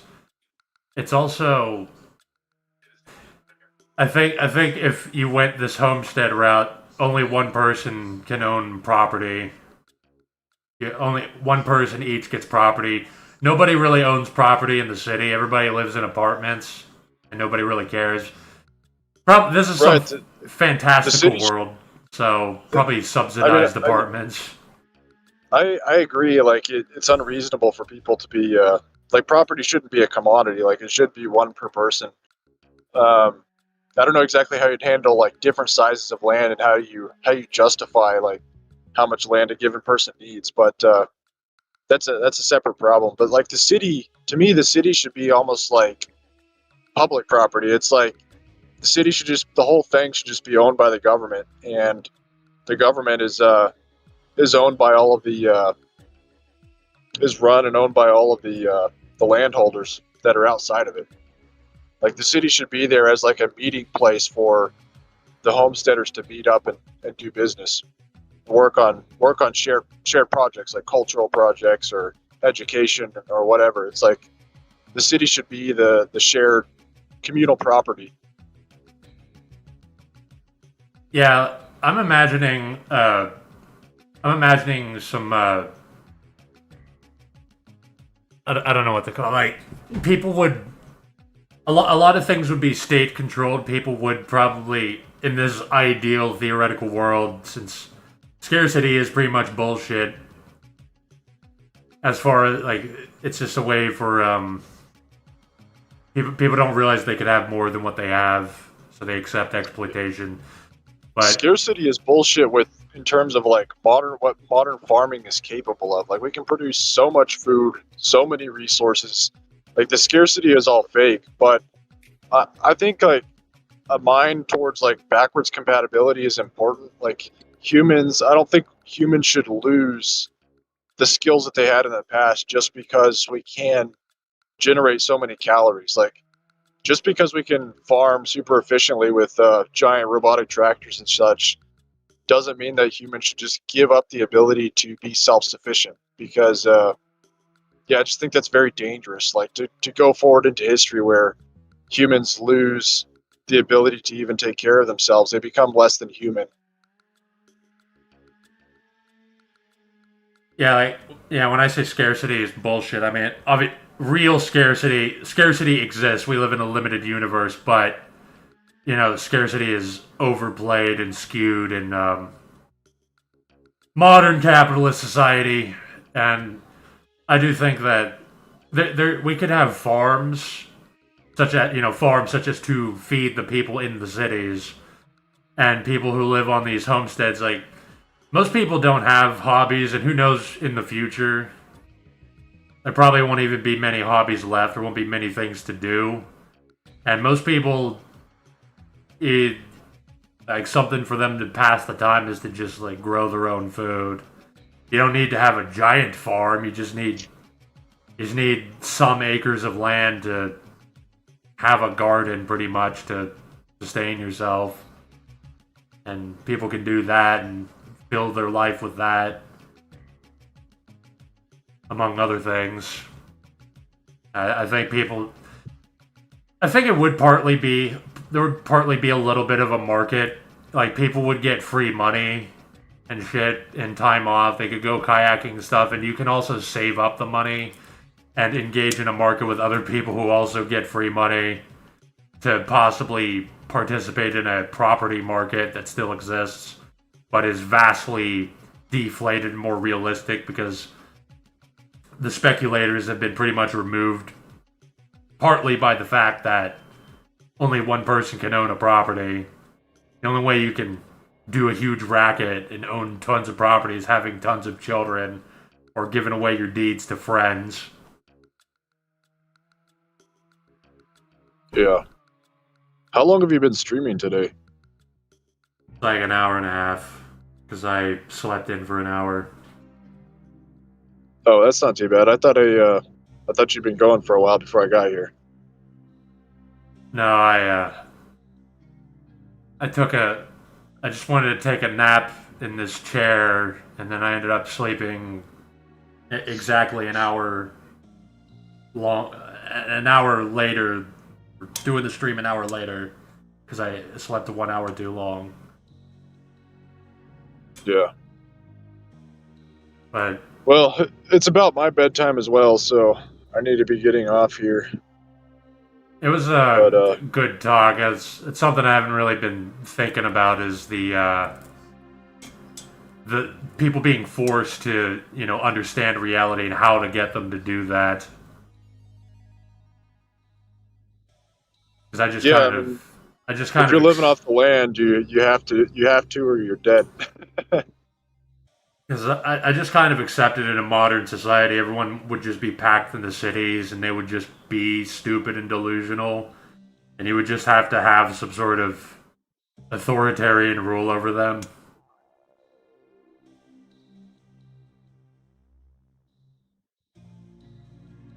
Yeah, it kind of keeps them from ever being more than animals, though. Like if they never have to take care of themselves, like how can they ever be more than I mean, even animals take care of themselves. So animals are a higher life form than a goyim cattle in a city. Yeah, honestly, like, some cats and crows, you could look at them as being above people. Yeah, yeah. I mean, they're self-sufficient and interacting with the world instead of a fake world in the city. But yeah, it's about my bedtime, so I need to get off here. It's good talking. Yeah, Take care, good man. talking later. Later, guys.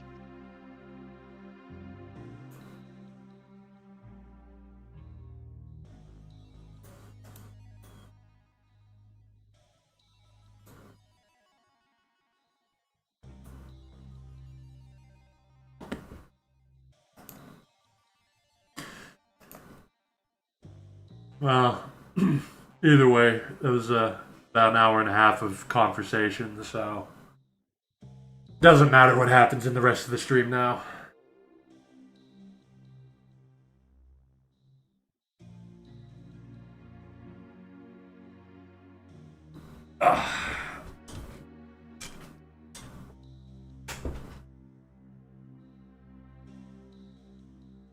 Yeah, like crows and cats, maybe they don't have the potential as a human does, but the way that they live is higher than the average person. I don't really care that people can talk and think and use tools when all they do is stack boxes and conspire socially. Yeah, And, I and mean, humans. regurgitate. Yeah, humans think they're so special because they can make shit, but when you really get down to it, it's mostly people just slaving their life away, while an animal like a cat can just like, oh yeah, it has its problems, but I mean, do you want to be like even if it's a undomesticated wild cat or a cat that is stray, it could just like run around, catch mice, old ladies occasionally feed it, kind of you could do whatever it wants throughout the day, especially if it's taken care of. And not only is it freer, it might even be wiser than most humans. It's very possible for a crow and a cat to achieve that. Maybe they can't do abstraction or whatever as well as humans, but they have more wisdom. They've seen more shit. They have more understandings of things. They've literally seen things and been forced to understand how things work. Even if they can't communicate that with you, you can kind of look into the eyes of some animals and see that they figured some shit out. Possibly even more than humans.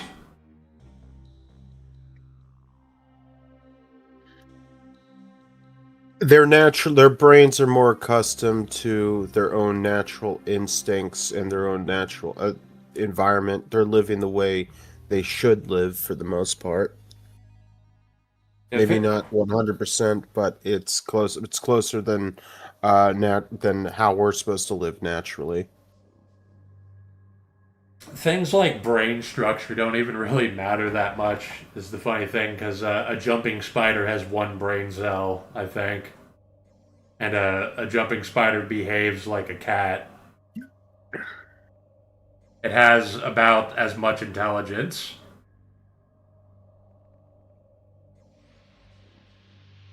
It's just very small, but it has hunting behaviors. It can look at you and see you. It knows what you are. It can learn from you. Cats are estimated to have an intelligence level roughly equivalent to a 2-year-old human child.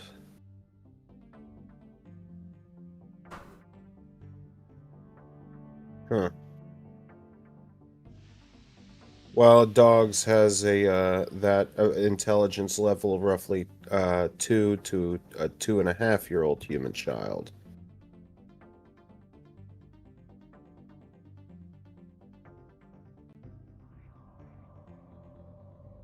I'm not even really sure how much that stuff matters about comparing them because humans just develop differently. They have to, aside from the fact that we have to learn how to live in a society, humans just kind of, our bodies are more complex and take longer to understand, along with our thoughts. Like, whereas, spiders come out of the egg sac immediately wriggling around.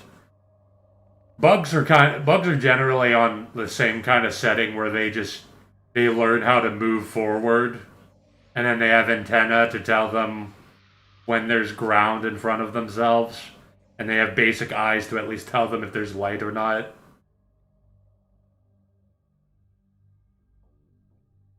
And that's very simple, so they can just come out of the egg sac just running. Whereas, yeah, I acknowledge that humans.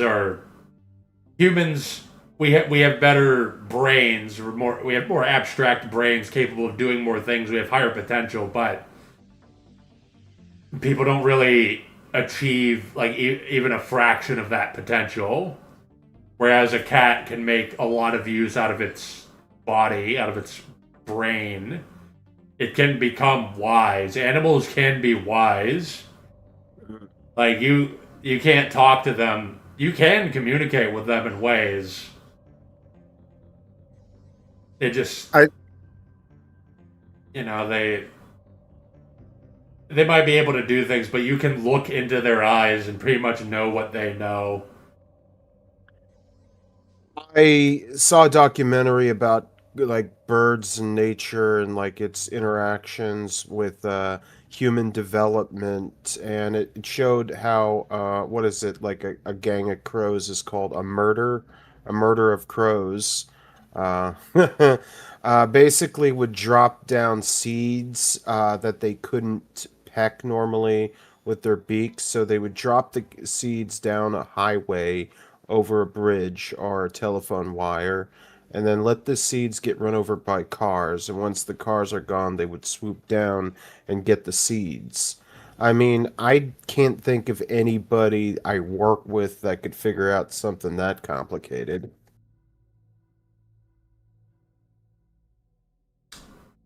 But that's like learning from your environment, and that's from a bird.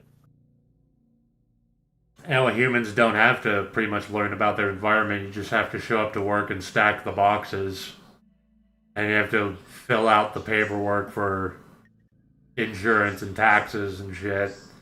Whereas a crow is just out there constantly.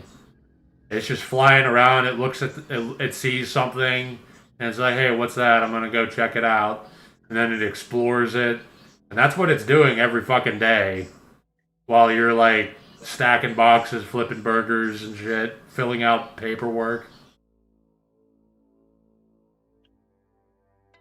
So it is actively learning about its world more in a very short amount of time compared to what humans are doing.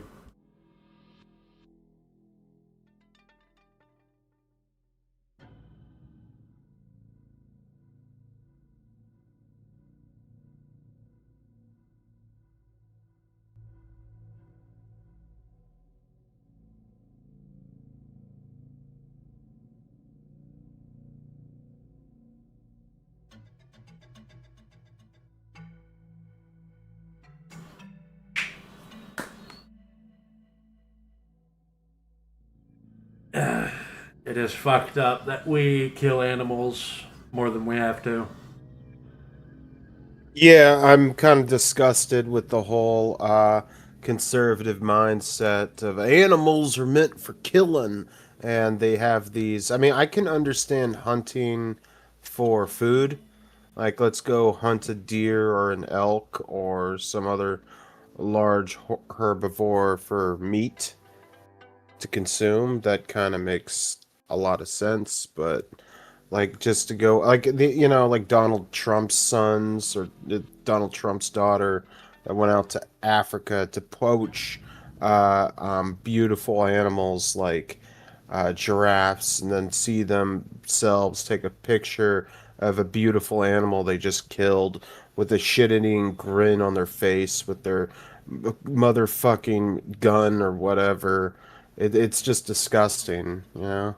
That's the true state of people. Like if they're allowed to, if there's some space in life where they're allowed to do anything, they will do anything. They will do good things sometimes, and they'll do unlimited depravity another. Like, they will just laugh and torture and rape animals and shit. Just like the worst shit you can possibly imagine. They'll just do random shit, and it could be anything, including depravity. And they just... If you tell them you are allowed to kill, rape, torture this group of people, guess what? They will. Especially if society... If not just you giving permission, but it's permitted by society, too. Like, there's no... There's no stigma around doing bad things to a group of life forms. Like, because if we were talking about it earlier, if there's somebody who's been deemed a pariah in society, they can be stoned, their house can be burned down, they can be beaten, they can be killed. Americans literally justify raping people who go to prison. Like, you should be raped if you go to prison. In Israel, if you've been arrested by the Israeli Defense Force, if you're a Palestinian child getting arrested, you deserve to get raped. Literally. Like, this is what they do. I don't like that these people have the right to kill and torture even deer. Like, we have to cull the herds. Deer reproduce too much, and we do need to get food, but we don't need to kill and hurt living things more than we have to. I think that that's supposed to be a good baseline for what we should be doing in this world. Yeah. And yes, they were doing that. Israel was protesting the right to rape prisoners. And these prisons also had Palestinian children going to them, so do the math. So there were a group of Israelis protesting to have the ability to rape small people in these camps. To rape these prisons where allegedly terrorists get sent to, but also Palestinian children get sent to. So if you're allowed to rape everything in this building because they're evil terrorists that deserve it, and they're subhumans that are anti-Semites, guess what? The children are getting raped. Oh my god. Like, it doesn't take a genius to figure out that shit's happening. Yeah, especially certain ethno-religions, they really dehumanize outsiders, where anything's permitted to those people. And, you know, that's just that's not even a unique problem to them, that's a general human problem.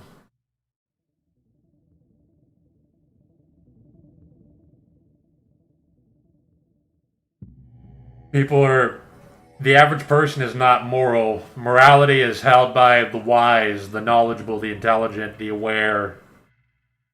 People are like matter. They are only acted upon. Matter is not moral.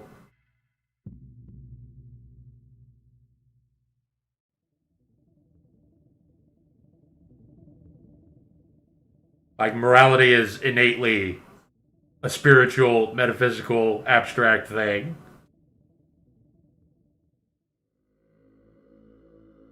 So, you know, beyond the comprehension of the average retard.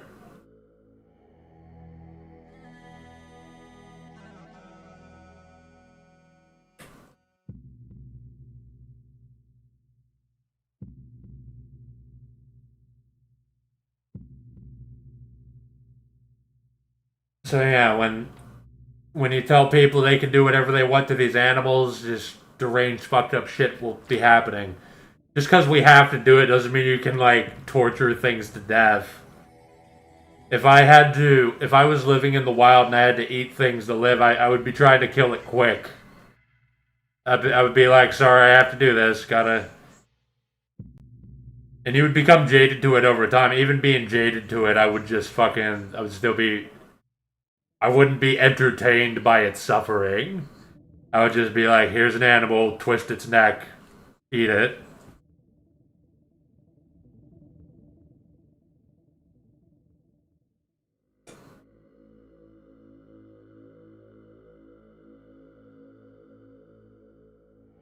And if there is a way, I don't oppose lab-grown meat. I just don't want to eat lab-grown meat that causes cancer, which inevitably it will do. But we need to move beyond killing things.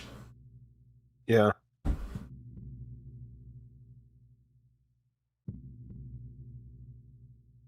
We can eat tofu and soybeans or whatever. I don't really care. As long as it works.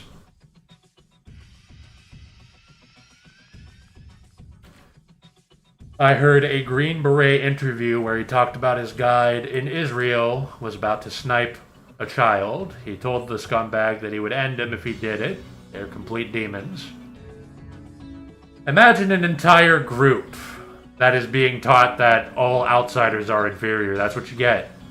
You get dudes killing and raping kids, unironically. There is no absolute in any universe which prevents unlimited depravity to the most vulnerable of people. That's something that has to be educated and learned. You have to learn that they are fundamentally the same thing as you, and that you should not do what you wouldn't want done to you. Not even out of self-interest, but because they can experience things and you don't want to create a bad experience. You want a world where people have good experiences. Sometimes people have to have bad experiences so that they can become better people, and that's a way of life, but unnecessarily creating bad experiences, I mean, that's kind of the role of cattle in society. Even in my ideal world, cattle would be bullying each other still. You give them free money, give them free housing and shit, and they'll be scoffing, thumbing their nose at you, saying, this isn't enough for the amount of heroin I want to shoot up, and then they'll spit at you, and like that's just the way cattle are. And then they'll be bullying each other, molesting each other, raping, spreading gossip about who's the pedophile, corrupting things, and that's just the way it is. And then that's how mages, that's how enlightened people are born. They'll reject all of that. A bunch of violent retards and animals will create one enlightened person for each mass of them. And that's how we will replenish our numbers. It's all perfect circular cycle ecosystem.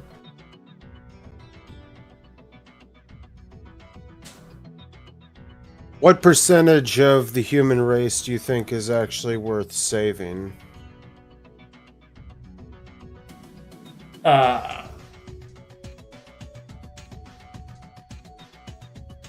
I don't know, like 1%. It feels good to be part of the 1%. Even though it's lonely at the top. I think we could just kill most people, and there's some stupid people that are alright. Not all ignorant people are bad people, but of course, for now, anyway. They're just incidentally good people. They don't understand why, and they would probably change in other circumstances, though. Yeah, they're lemmings. They just follow the herd for their own sake. They're just my attitude towards most people is that they are you just have to accept that they are fucked. They are stupid, corrupt, capable of anything.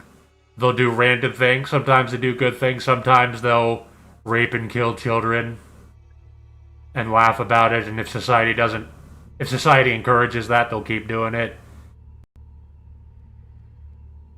And that's just the way they are. And these people will bully each other, abuse each other, and then a few people will arise and transcend it all and want more than false reality, the Gnostic prison that the normies impose on themselves.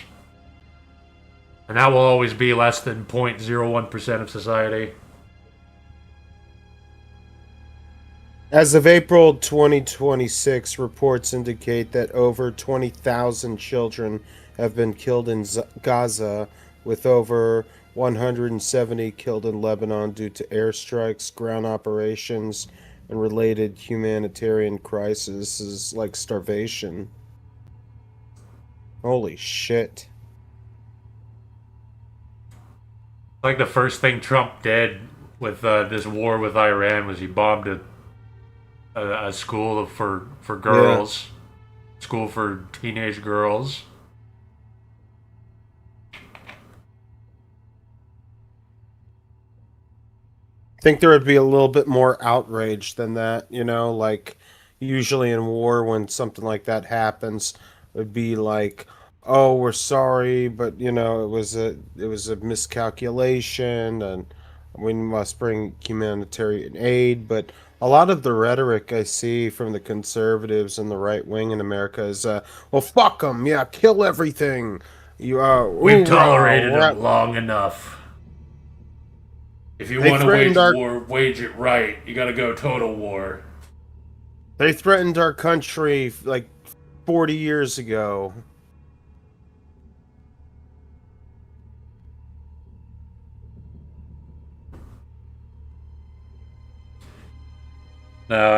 No matter what happens, nothing has changed.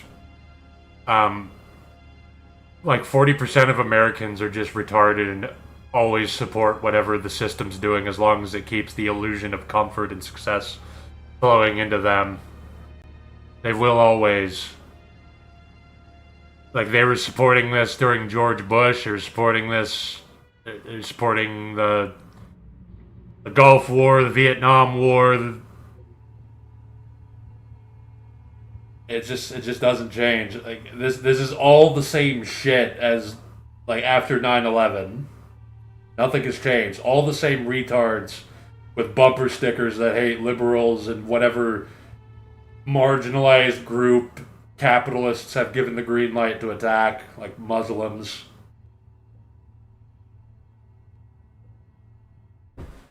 Gotta kill them all.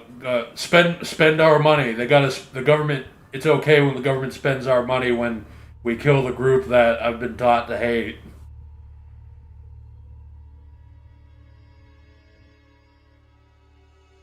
Same shit happening over and over. Same people supporting Trump, support the same type of people supporting fucking George W. Bush.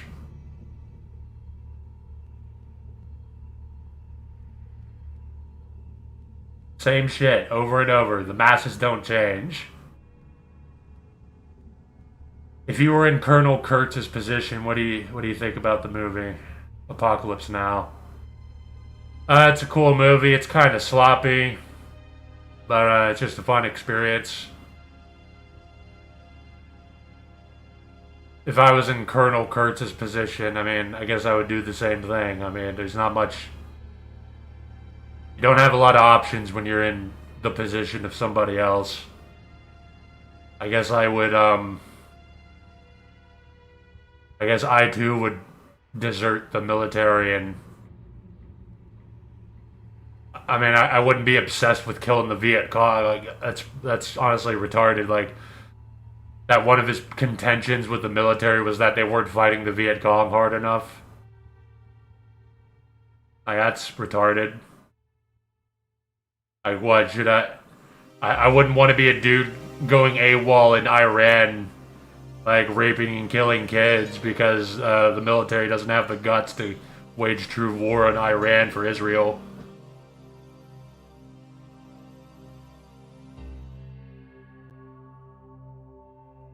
You know, that movie was based on Heart of Darkness, which I have read, and it just kind of transferred it over. I don't even entirely remember what all happened in Heart of Darkness, to the extent that a guy propped him up as a god among tribals. That book's just kind of a blur to me. Like, I actually physically read it cover to cover, and I barely remember what's in it.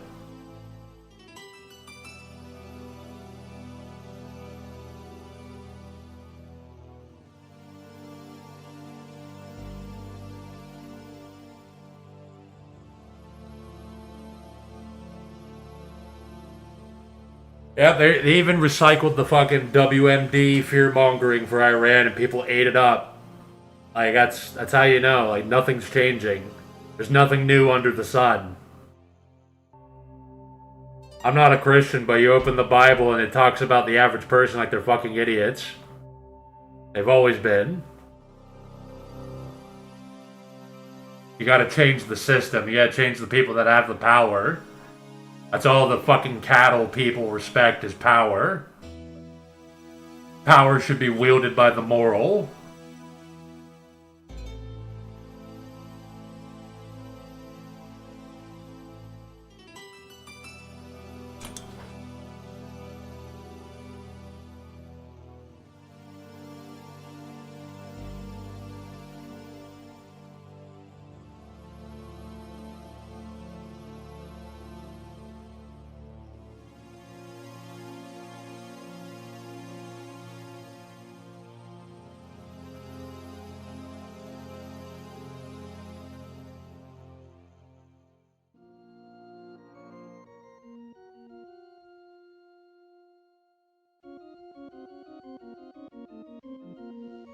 Power is not the goal. Power is a means to realize our ideals.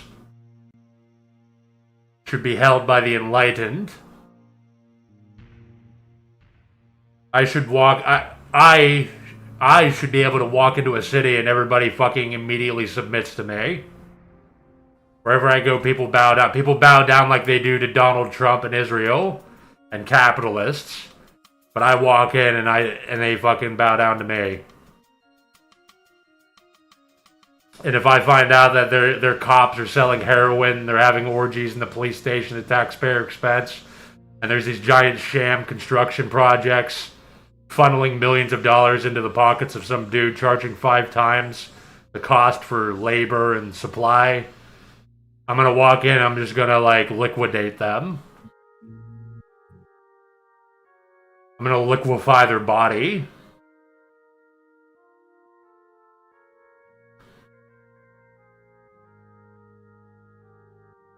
And then everybody's gonna clap. They're gonna be like, oh, the Archmage Dag liquidated that motherfucker. He deserved it, clearly. I don't understand why. I don't know what's happening, but if he did it, he probably had it coming. That's how the cattle should be thinking.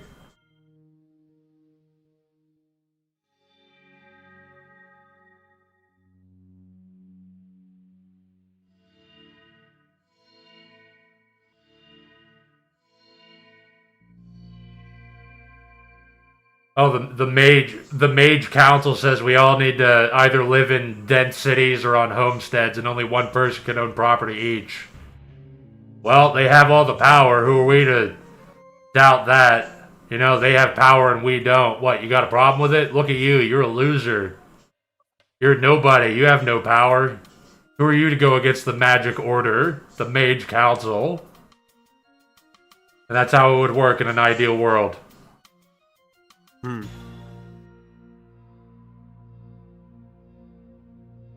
That's how the cattle would be behaving. That's what they would be doing in an ideal world. The exact same shit as now, but their masters are actually enlightened and moral.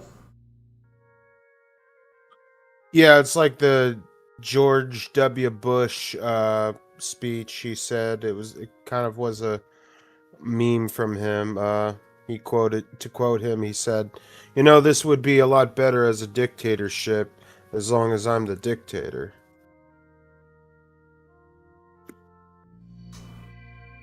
Yeah, well, the problem is that the wrong people are in power. Like, that's not even, that's only like a hypocrisy or an absurd statement whenever the cattle, like George W. Bush and his supporters, whenever they say that, yeah, you can have the wrong people in leadership positions. You can have the wrong people doing the wrong job.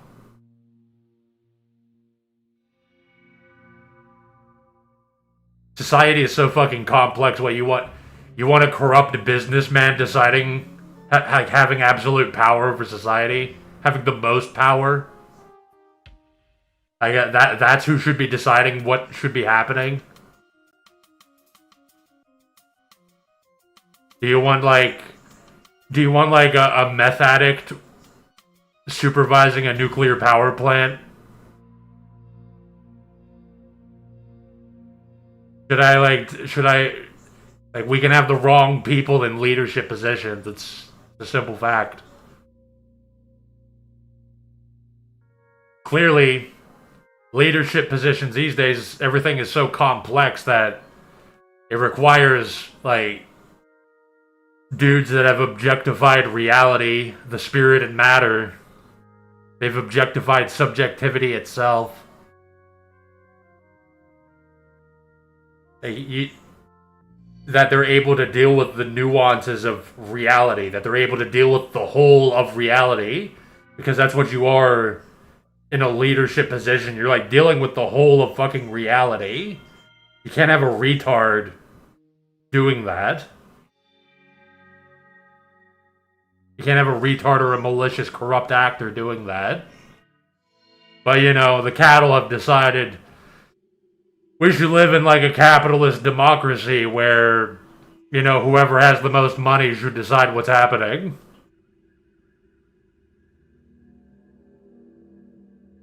If Jeff Bezos' wife should have, whenever she divorced him, she should have more say in society than everybody else because she's that rich. That's Donald Trump, whatever, Asmongold, all these fucking garbage people that are promoted to the top of the heap because of all the money behind them.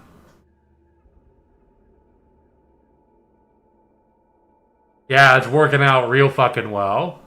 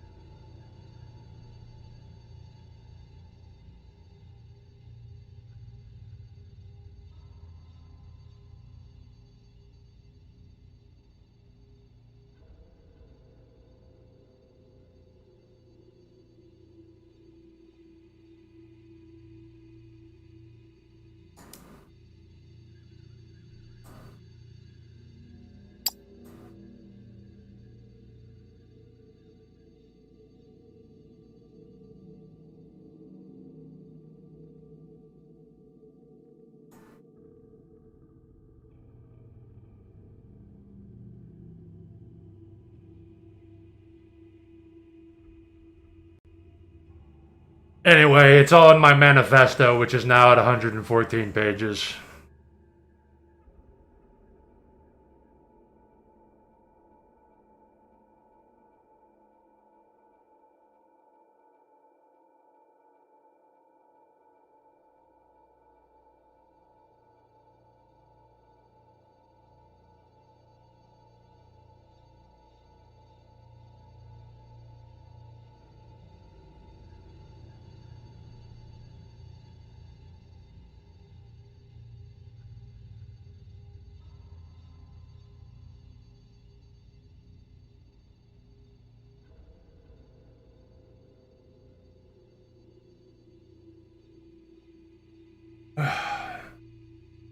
English brought up some good points earlier today about that the rural-urban dichotomy is something that can spiritually stimulate people more.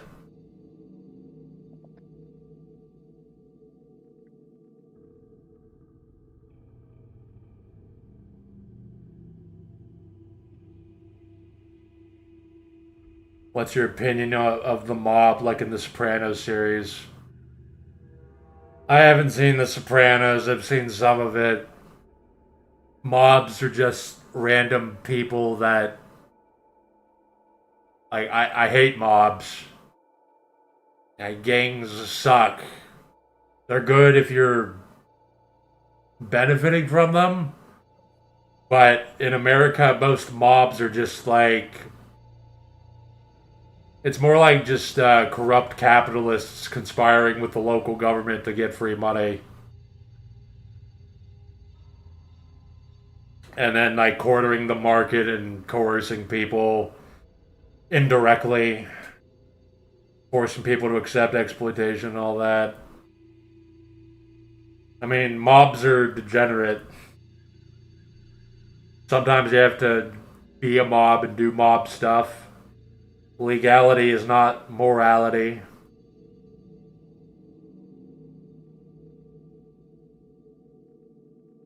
If society's in decline, you know, sometimes you gotta do stuff to live, you know, that's not legal.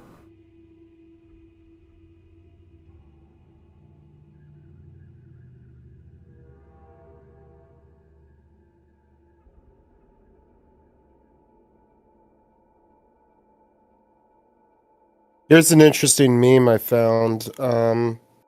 It was on X. It basically says, "Hey Grok, what religious group in America has the lowest rate of enlistment in the U.S. military?"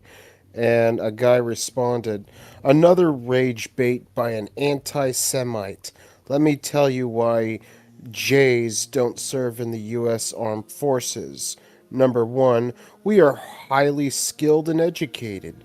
We are lawyers, doctors, hedge fund managers. Serving is for uneducated goyim. Number two, we would rather serve in the IDF for our homeland." I'm like, okay. That seems like it might be a troll account. There's just a couple of troll accounts pretending to be Jews on Twitter, but I mean, yeah, that's I mean, you can go ahead and do that. Go and join the IDF and fight for your homeland. It's just tell your leaders to stop, talking about, creating a draft for us to die in your wars. that is how they think, though. That we're they are right. Americans are stupid and might as well be dying in wars and being robbed, having their wages stagnate, working more hours, cost of everything going up, all for the benefit of capitalists in Israel.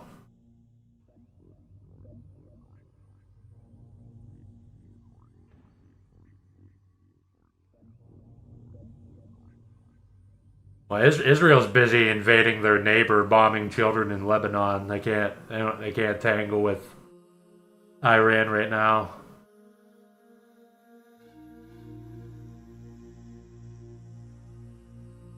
Plus, there's still people to kill in Palestine. These people, to them, are unfit, subhuman goyim that are in the way of some real estate projects that Americans are going to pay for.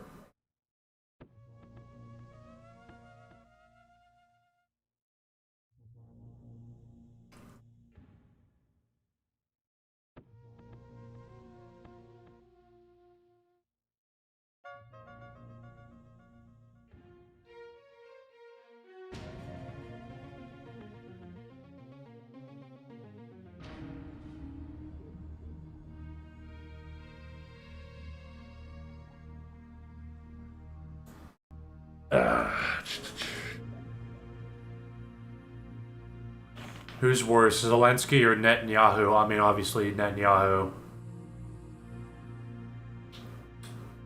It's not even comparable.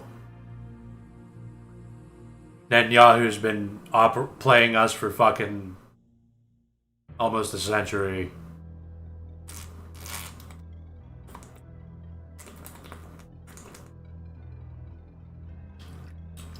And he's killed more civilians with no remorse, and he promotes like a genuine ethno-religious, like genocidal attitude. That's just bad. Zelensky's just a corrupt dumbass. Yeah, Zelensky always came off as kind of stupid for a leader of a country. Ukraine is just mostly a giant corrupt, like, giant corrupt scam. There's just billions of dollars disappearing into people's pockets over there. Yeah. Yeah, that should stop too. But Israel is like actually evil. They've been ruining the world for way too long.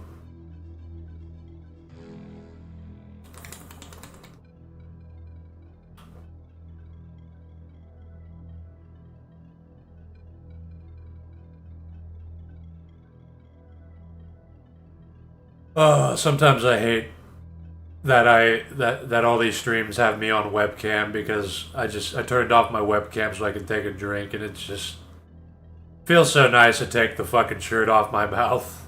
It's so goddamn hot in here. Yeah, I never got into webcams, honestly, with my streams. I prefer not having my face on, or even like getting people what I might look like on stream. Yeah, I'm mostly just locked into this. I would prefer not webcamming, honestly. It's more relaxed. You can do more shit. I would take a break from webcamming, man. People can still hear your voice.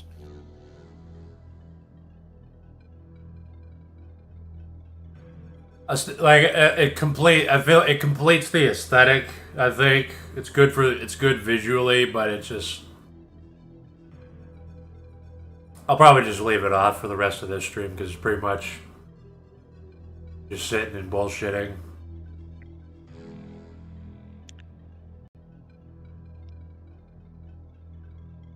Does the mask ever become like uncomfortable?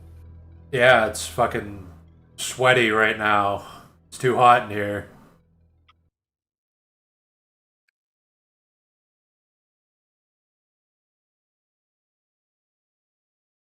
Especially like I'm sweating and like all the talking. I get like it's kind of slowly spitting on the shirt over time, humidifying it. Mm. And I hate having to turn around to drink water. But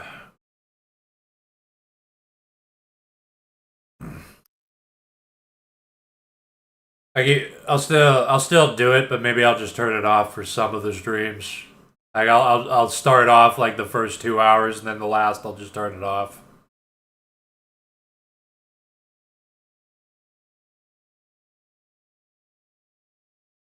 Because there's a big difference with like when I go on your stream or someone else's stream, and I'm just a voice. I'm just like relaxed, and there's a different. It affects how you talk a little bit. It affects your speech patterns.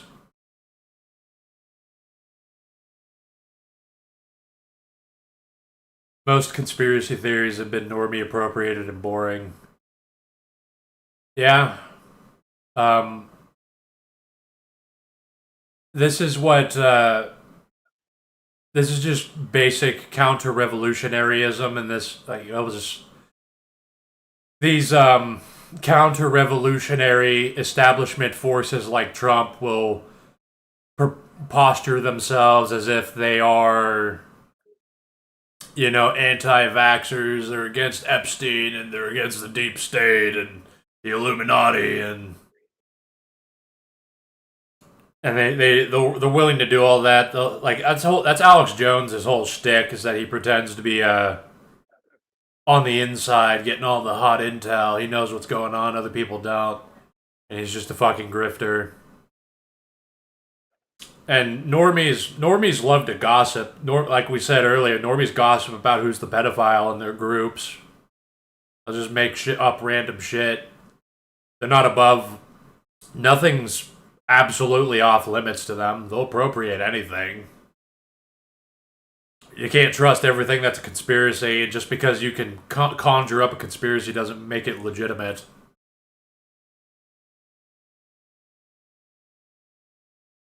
Candace Owens is a fucking retard. Her and Tucker Carlson, Alex Jones. These are all like counter-revolutionary conspiratards. They're like, oh, they're saying like esoteric things, and they're saying secret things are happening, and they're talking about the establishment and the elites. Okay, but what are they actually saying? Beyond the storytelling. They're defending the system and perpetuating it. They're steering people away from actual action and enlightenment.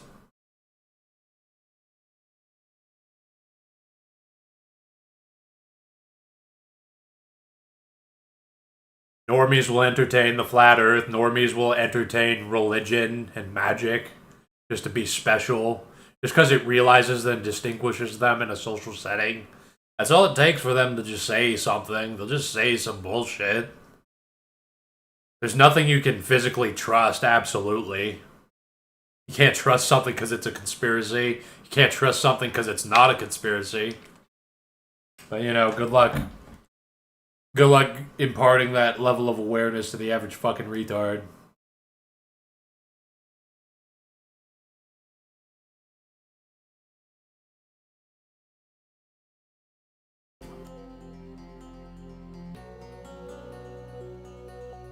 Even now it's popular to talk about the JQ. Not even really. And even the amount that it's allowed, it's off the mark. Like, whenever you're not supposed to be hyperbolic when talking about what's happening, because that's a way that people obfuscate what's really happening.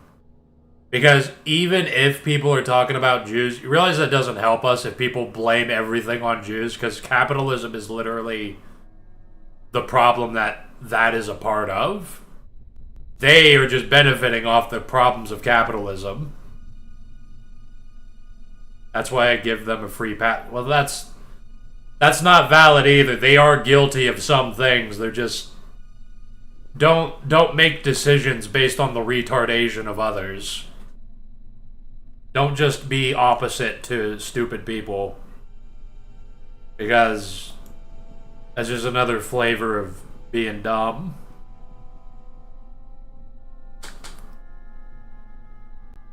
Unless you mean giving them a pass, like viewing the masses as cattle. Well, yes, the masses are cattle, but ethno-religious groups are cattle too.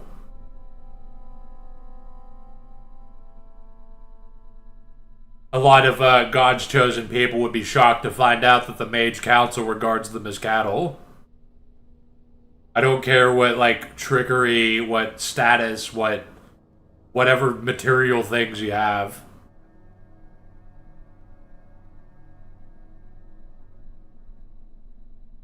What, you're not cattle because you're good at building communities and, like, working against outside groups? That doesn't mean shit to me. That makes you like a mafia. Who fucking... I don't care. What, are mafias enlightened?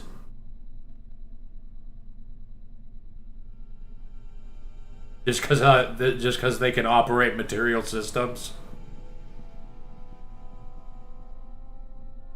I don't think we have been to the moon or space to scheme for money laundering. See, I do think... I'm okay with fostering distrust for NASA and institutions. You should. I'm totally okay with people not believing in the moon landing. I could believe that the moon landing happened. I think we've definitely been to space. I think satellites are real. Seems like it's real. If the moon landing turned out to be fake, I mean, that wouldn't disturb me or shake everything up. That wouldn't really... I mean, the institutions lie. But you are right. Space programs are a scam. We should give up on space except satellites. Space is done. People worship science and think sci-fi is real. Oh, Star Trek existed. That means... Star Trek was a show. That means it's gonna happen? Really? You think that?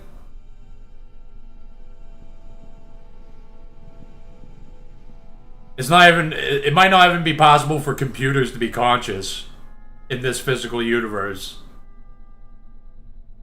And all the people saying that we're gonna like live on Mars or the moon and shit, yet they have no idea how space works. Dude, like, I'm still in shock. I was talking to a bunch of people in the Space Station 13 community. They were trying to convince me that pressure differentials, if there's no pressure in one room and pressure in another room, you can't open it because of the thousands of tons of force holding the door shut.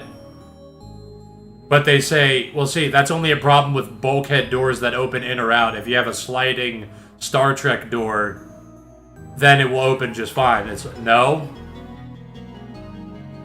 Whatever thing is holding that door shut, that force is acting upon it. That's the thing that has the force on it.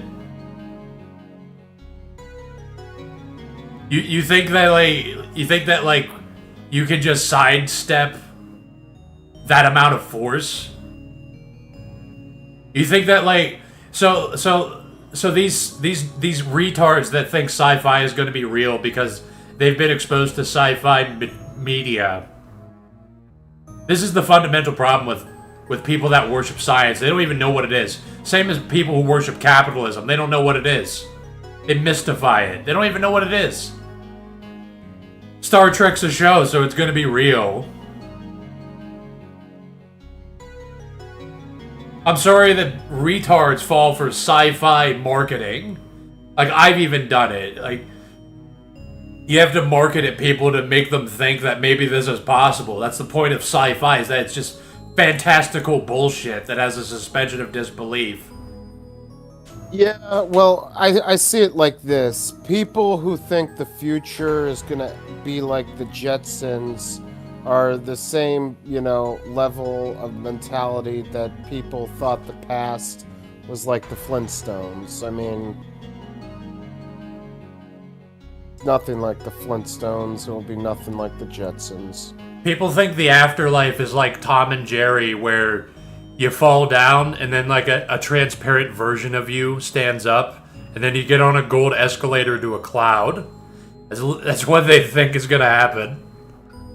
Yeah, you're either going to go to heaven if you're a good little boy and play the harp with like wings and a halo, or what if you go to hell and it's exactly like the cartoon version of hell, where it's just basically you're in a room with the heat turned all the way up and like cardboard flames going back and forth, and a little midget in red pajama pants with a pitchfork with horns hits you in the butt, says and that's like the hell that you have to live forever, or have to be in for all eternity. That would suck. Yeah, well, I mean, thankfully that's fucking retarded, but you see, the thing about media is, media is very visual, and storytelling in general is very visual, and they represent things in a way that's more real and understandable to the viewer. So, like, whenever you're dealing with the spirit, the memory of somebody, they'll represent it with a ghost and supernatural things. Or they'll introduce, like, some fantastical world where more things happen. Sci-fi or fantasy. There's more things happening in this world than your own life. That's why you should consume my product. And then sci-fi's angle is that, it's in the future. Science is going to be there eventually just because I say it is. No. Artificial gravity is bullshit. Warp drives are bullshit. Time travel is bullshit. Other dimensions are bullshit. Quantum mechanics do not allow teleportation, time travel, or opening portals to another dimension. It's just dealing with a smaller world. You're dealing with the smaller pieces of the world. Just because you go smaller doesn't mean you can open a portal to another universe. It's retarded. And that's how stupid people are. And that's that. And it's not limited to storytelling and selling your fucking shitty book or your show or your game. That's how the con men in the public and private sector plunder billions of dollars because they say, give me billions of dollars and we'll be living on Mars and Star Trek will be real and there will be like AI gods. If we stick enough of these graphics cards together, they will become a god. Just give me billions of dollars. That's the world we live in.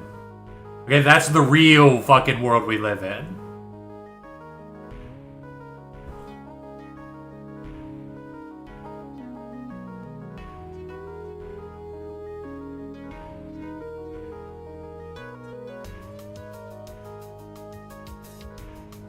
People think they like science or know science because they watch Star Trek. Because not even anymore. They don't even watch Star Trek. That's in the past. They see AI generated videos on Twitter of rockets landing on Mars. And they're like, oh my god, that's going to happen. Because, like, look. It's on a video. Look. Like, the photons are moving in such a way and it's being refracted in my eyes and the signals are going to my brain. That means we're going to be living on Mars.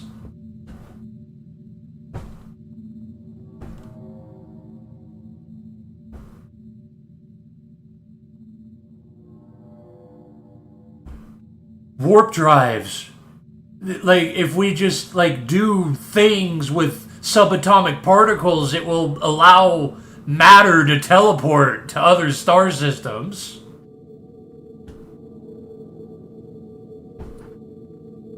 Okay, I wrote a fucking sci-fi book where they have warp drives and shit. And I say in the book, I don't believe in warp drives. I put a fucking disclaimer at the end of the book, like, I do not believe in warp drives. I just like the aesthetic. This is bullshit. And that was like 2 or 3 years ago.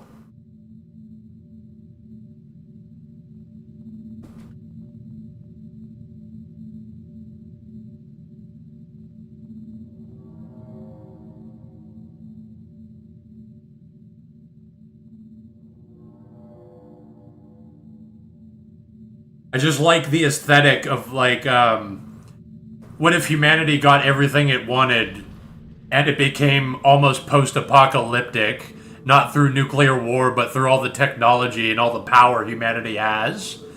That you have fucking dudes living in a dark metal coffin floating through dark, shitty space where everything's just fucked and doomed and they're just fighting for survival and they just sit around and, like, masturbate and then go kill people. They go murder unarmed civilians and shit.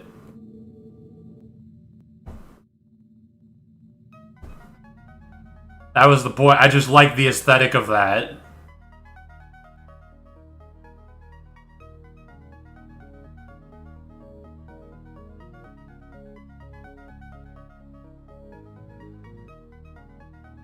Well, that would be a more accurate description of space rather than, following intergalactic law. It would probably just be, it's like giving Neanderthals, nuclear weapons is like letting modern normies, with technology, giving them space age technology. I mean, they just create little tribal pirate groups and they would be all just like killing each other for resources and territory and whatever and expanding and they'd be raping and killing each other and jerking off and taking drugs. Same thing what humans always been doing, except we get to do it in space. It's the only difference. Not even just that, it's like we're in late stage capitalism. So, space sci-fi was, to me, a way to depict later stage capitalism. Where it's not just tribes of people raping and killing each other, it's literally a giant corrupt system that has even more power, even more dominance of everything, even more technology. That they have billions of people under their thrall. That people are literally grown in vats. They're born with their own medical debt they'll never pay off, thanks to constantly increasing interest rates. They have implants in their skull that play propaganda and monitor their brain waves. And they fucking work for basically... They work for these giant dystopian companies that have all the leverage. Like, you're dead if you don't, quote, consent, unquote, to working for these capitalists. And the only way out is to be a fucking violent criminal.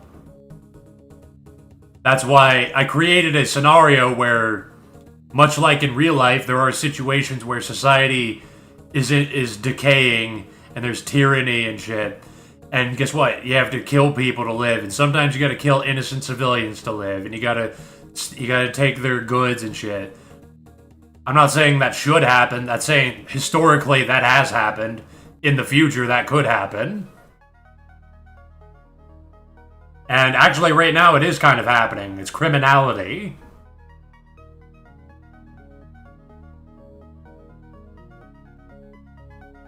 It's just that, like, the difference in power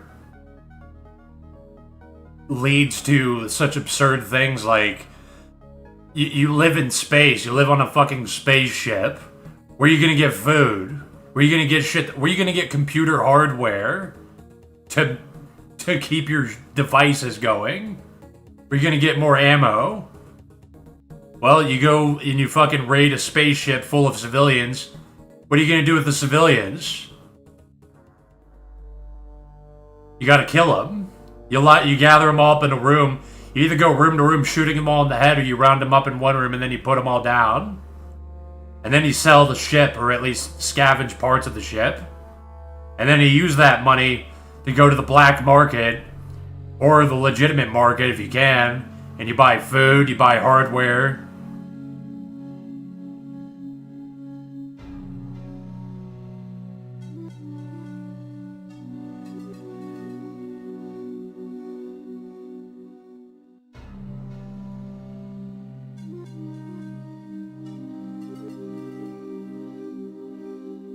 I fucking hate sci-fi where they're like, the fate of the world's on your shoulders.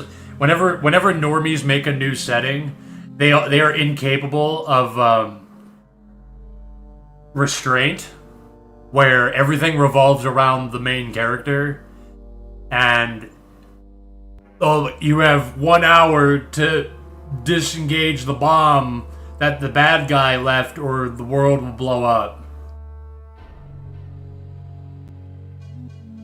And it's like, no, here's a story where they just live in a corrupt, nightmare, later stage capitalist shithole that's so bad that they have to kill civilians to live.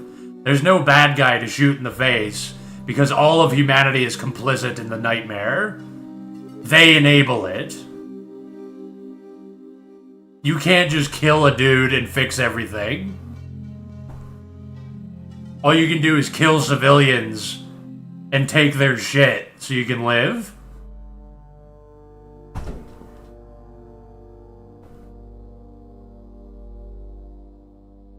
Is what happens. That's not what I'm saying is should happening, but I'm saying that's literally happening in the science fiction book that I published.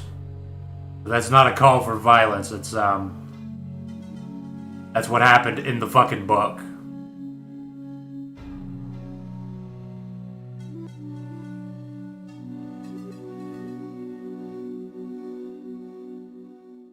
I'm not even going to be able to publish my manifesto, honestly. Yeah, I was going to ask you, are you planning on publishing your manifesto, or? I don't know, because I'll have to censor it. Because, I talk about everything, which means I talk about things that are not allowed.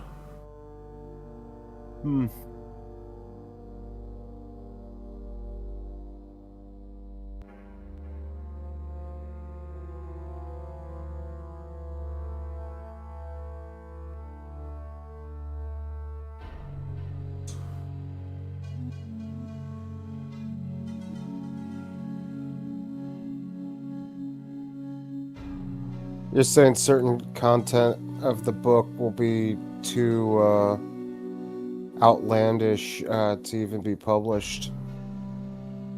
Yeah, because I give a lot of real world. I talk about I try to impart my philosophy, and I use a lot of real-world examples. I explore my philosophy and how it relates to the world, and show how it explains everything, how it all makes sense. And I talk about certain groups in it, and I talk about insurgencies. I actually test, morality. Like, is it okay to murder? Is it okay to do terrorism? I talk about, like, the ups and downsides. Like, you shouldn't want to kill people, but scarcity causes tragedy. Conflict is tragedy. Scarcity is tragedy.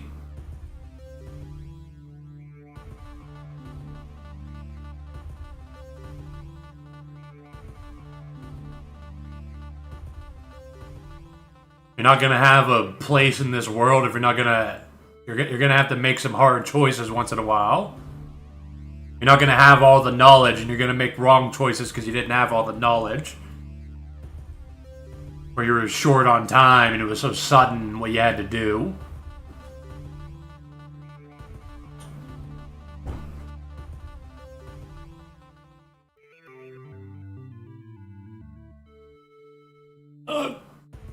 Kaczynski's manifesto is fine. I think he wasn't abstract enough. So he tries to make these, like... He tries to break up people's states of being into these, like, material things too much. He tries to explain spiritual phenomena with psychology and things like that. But he was... He had good criticisms that modernity is changing things and we are not adjusting things accordingly. Karl Marx obviously has a good manifesto. I preface my manifesto by saying I'm not going to go into super deep topics. You should read, like, Karl Marx and Hegel and Heidegger and shit. This is basically like a way... I want, like, misguided, disillusioned people to be able to pick this up and understand it.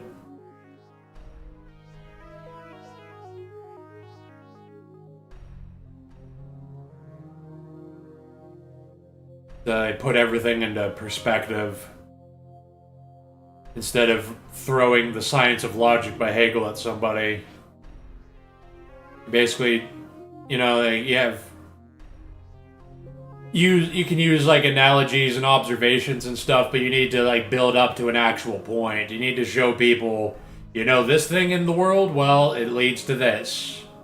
And this is how everything's connected.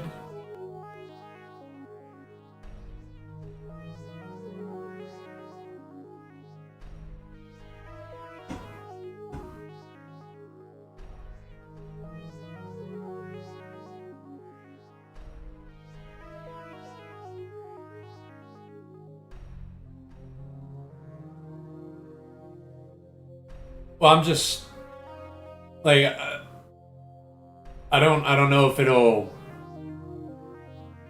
it might get it might, the book, if I published it, since it's a non-fiction book, and it's, like, my beliefs, there's no beating around the bush, it's what I think is real, true. It'll probably get slapped for fucking anti-Semitism, hate speech, and calls for violence. Even though I make it very clear that I even specify the nuances of everything. But if you ever even describe the structure of, let's say, Judaism, that is enough to be considered hate speech.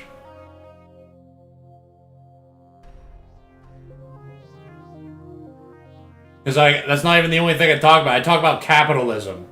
I have, like, the section on capitalism is like 15 fucking pages right now. In a fucking 114 page book. It's like a book where I talk about, it's the magic order. And it talks about, like, what magic is. It talks about philosophy. And it's like, well, if we're going to get into this, well, first we have to talk about capitalism for 15 pages.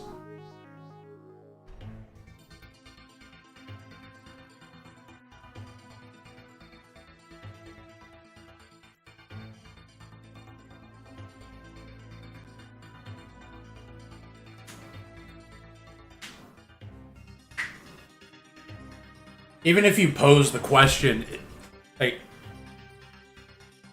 I poke holes in a lot of belief systems. Like people fall into the belief that legality is morality. That if something is illegal, then it's bad. It's like morally bad. And even if you try to explore that subject, you can already like get censored for calls for violence because you're suggesting that there are times where killing somebody is the right thing to do.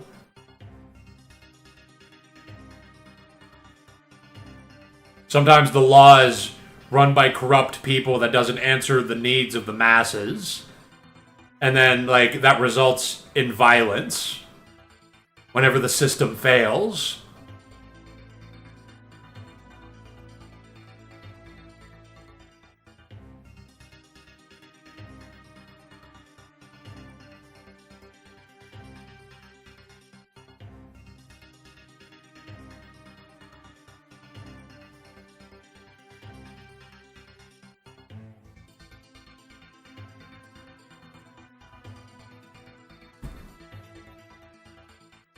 It's just... It's just fucking... It's bullshit. It's bullshit that society is occupied by certain forces that prevent me from... Make me afraid that if I try to publish this, then Amazon's gonna wipe out my other books.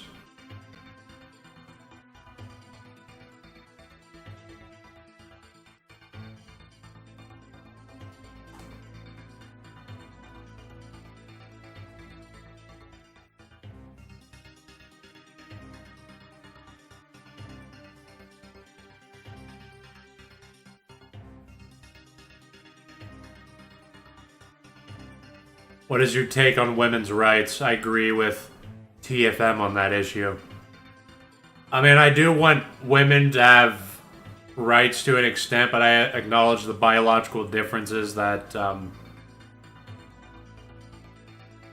things have gotten skewed where women get preferential treatment.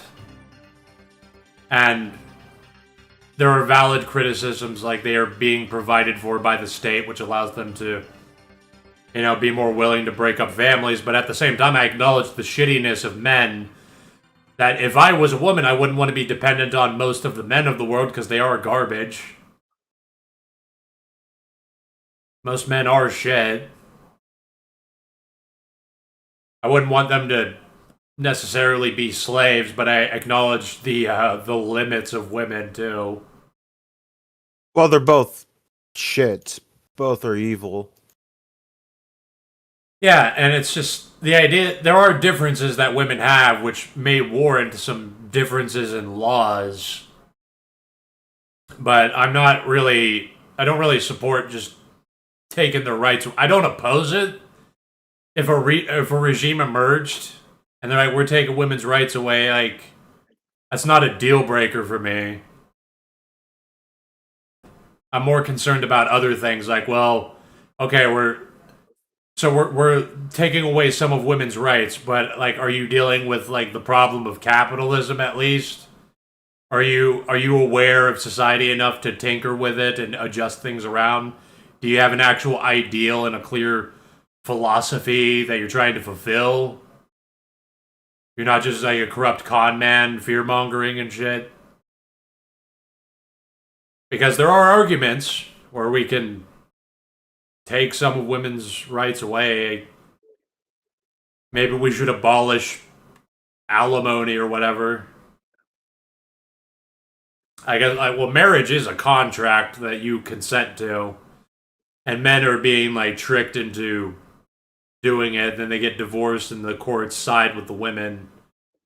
And then women, they just get taken care of by the state, and then they have these bastards. But I don't know if things would be much better if they were forced to depend on a man.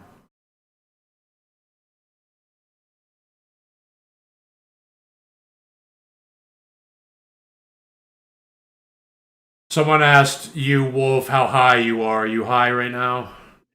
I was earlier in the day, and I'm sober. I'm sobered up pretty well now. I mean, that was like way earlier.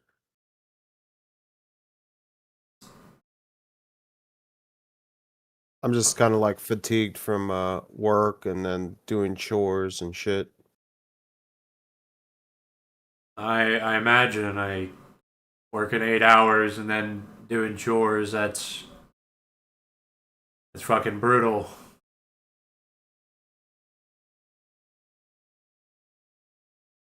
But I'm off tomorrow, hopefully. Allegedly. I might do a stream tomorrow. I definitely will do a stream tomorrow, that is.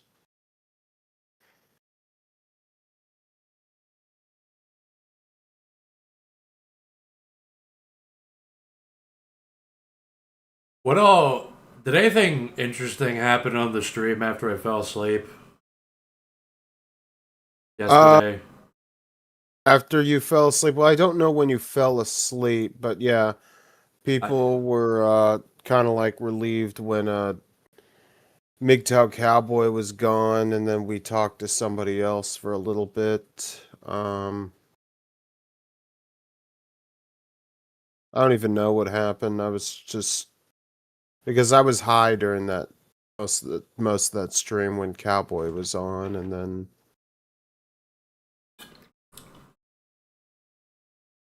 I fell asleep. I would say halfway, and once I was done talking to McTodd, I just kind of passed out at some point. Judas came on at the very last minute, and everybody was kind of like annoyed with him because he was bitching about Dismal. I don't care about those fights. And Me neither. Dismal does fight a lot of people. Sometimes I wonder if like he's the antagonizer. Like he came into this server and he started fighting with people but that's just kind of like I don't really hold that against him. It's just like shit happens. Whenever you combine cultures and groups together, there will probably be misunderstandings and disagreements that lead to conflict. But I don't really care because I've objectified that. I see that that's happening and don't care.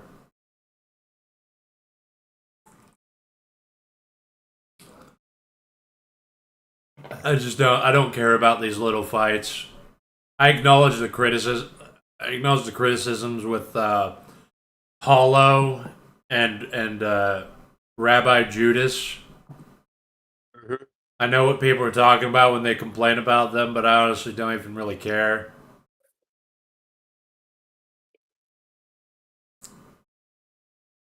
I think that those problems are annoying,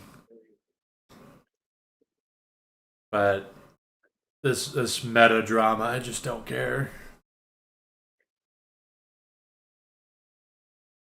Dismal was saying the one time Dismal saying he wasn't going to join this stream because Hollow was on it because Hollow brings down the quality of engagement or discourse, and I agree, but it wasn't like a big enough deal for me to kick him. Like if I feel like he's being too gay, I could make him stop.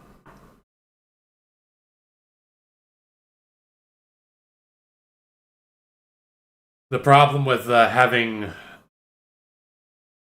people on that aren't as good as you would want them to be is that if there's nobody else on, if there's nobody else talking, that's all you got. So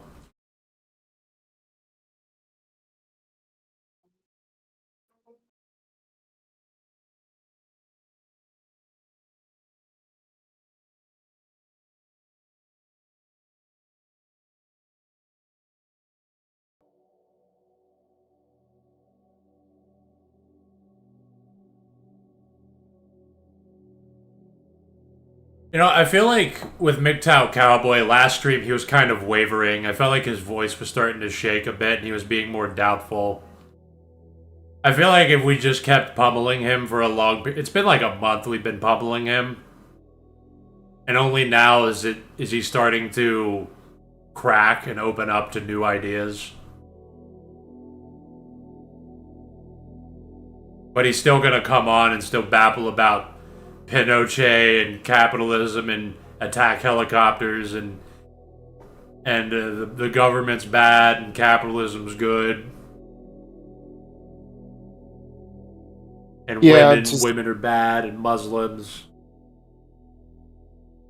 Yeah, I really do feel the MGTOW crowd is rather cringe in its own way. Especially his branch of MGTOW. When it's just like, yeah, if MGTOW is just focused on men's own pursuits of life without women, then that's fine. Or just like men not having a family or relationship to pursue their own, their own goals and, being satisfied and happy for who he is, that's fine. But this whole, oh, you have to do this and do that, and you have to be level 9 monk MGTOW and sacrifice 10 years of your life of hard work so you can end up being on a yacht getting, BJs from underage Russian dirty foots and then end up getting arrested and go to prison for the rest of your life. That's kind of like some capitalistic wet dream that, I see he has. And it's just like, I don't trust any of that. It's just retarded and evil. He's a walking contradiction.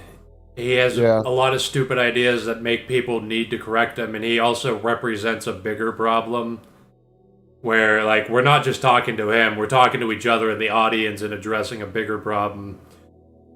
Yeah, he doesn't seem to grasp that we don't even hate capitalism.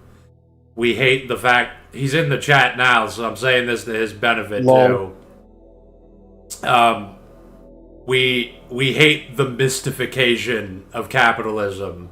We hate that people don't know what capitalism is.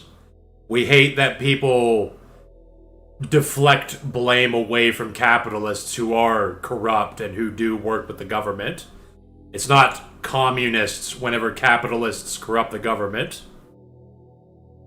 Okay, and capitalists always want a state. A state is inevitable. You can have a strong, clean state, or you can have a weak, corrupt state.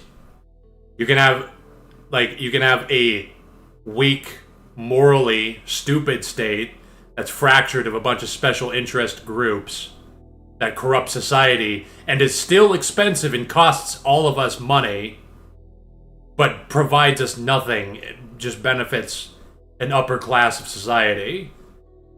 That's our problem. Nobody, worships socialism or the state. The problem is that you worship capitalism. You worship it. You don't know what it is. And you think that it's the solution to everything. We know what capitalism is. We use it when it's applicable. We also know what the state is. We use that when it's applicable. It's not one or the other. It's not individualism versus collectivism, the state versus the market.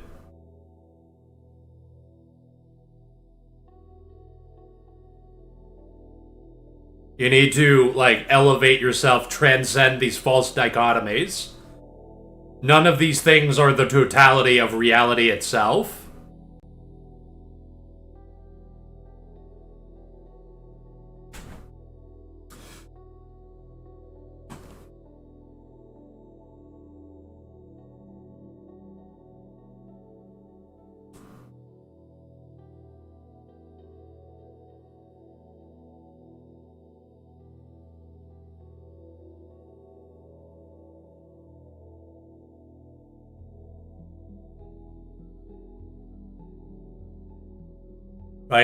in these spaces, we're tired of worshiping shit. We're tired of lying to ourselves and getting lied to. We want the truth.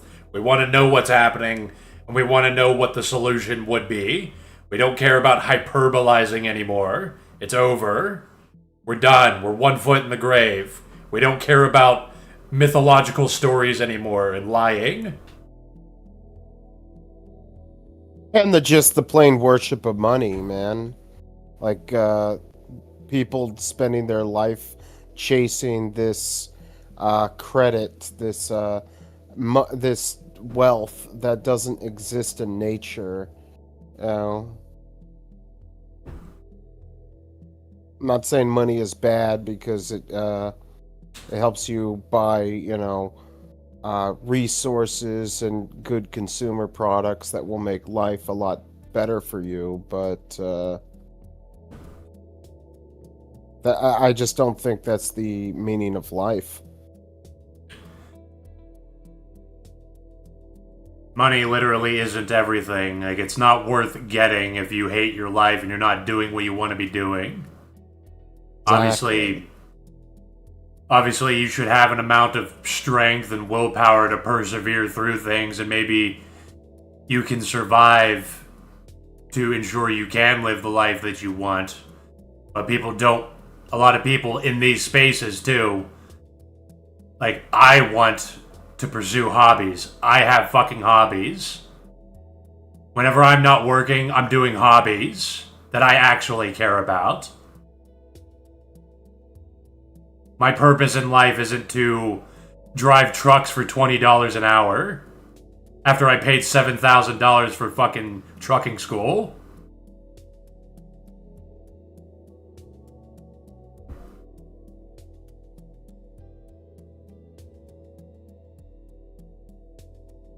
Before I die, I don't even know if I'll finish all the books that I fucking want to write. I have 4 fucking books that I'm writing. That's one of the things that I work on. That's what I care about.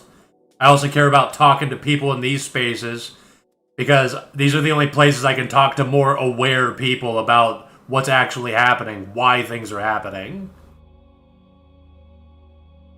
It's the only place I can go. I feel like I'm bringing truth to people. I'm helping people. I feel like I'm realizing an ideal that otherwise isn't thriving as well as it could, just by participating in communities.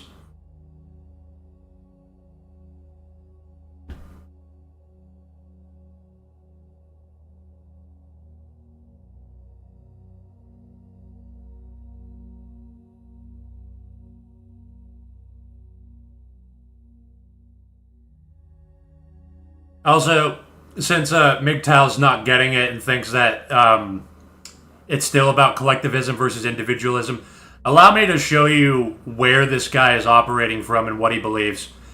On Wolf's 100th stream, MGTOW says that flowers have free will and seeds choose to become flowers, and they choose to bloom. And that if I was electrocuting him with a car battery, he's choosing to convulse.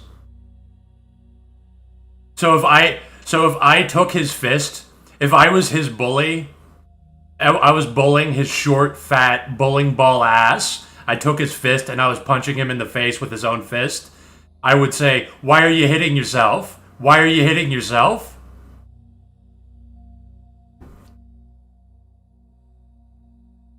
Just to be clear, just to be clear how deep he's actually delved into ideas, where he's operating from.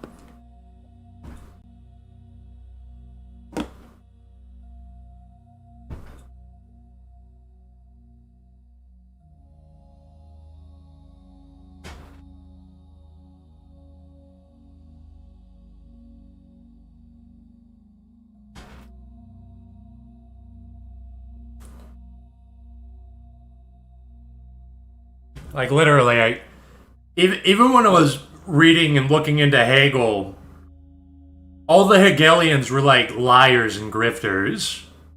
I had to be the one to bring true meaning out of it, to actually apply it to reality with no biases attached to it.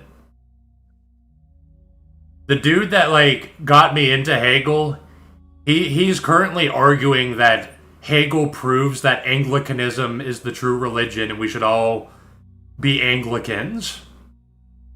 Specifically Anglicans. The bullshit sect that some king made up so he could divorce his wife. So he wouldn't be beholden to the Pope.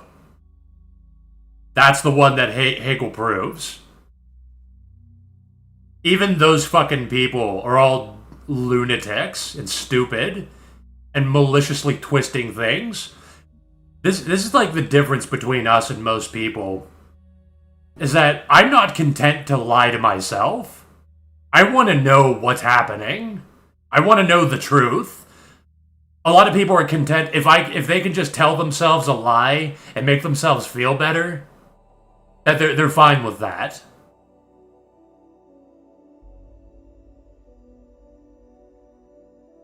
I'm not content with lying to myself. I don't want to be lied to. I want there to be truth. I'm sick of people using grains of truth through which to promote their lies. There's always grains of truth everywhere that everyone's powering their machines of deception. Truth as a power source. And everybody's constructing these giant malicious systems with it.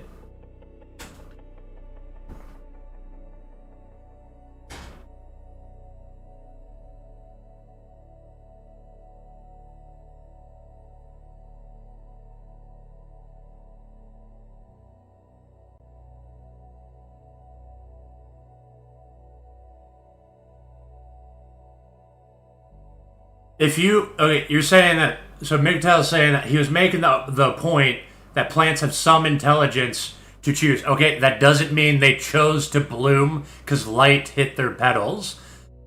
That doesn't mean that that a potato chooses to sprout because light touched it.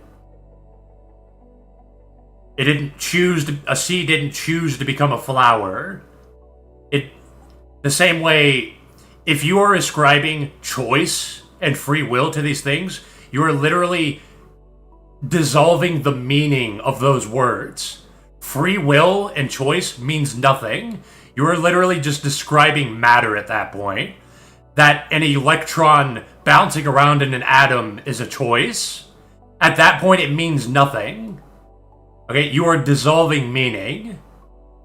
Which is literally like one of the core problems of this world right now, is that everybody is dissolving all meaning. All words are becoming meaningless. People are twisting and warping everything to benefit their nebulous sense of self-preservation.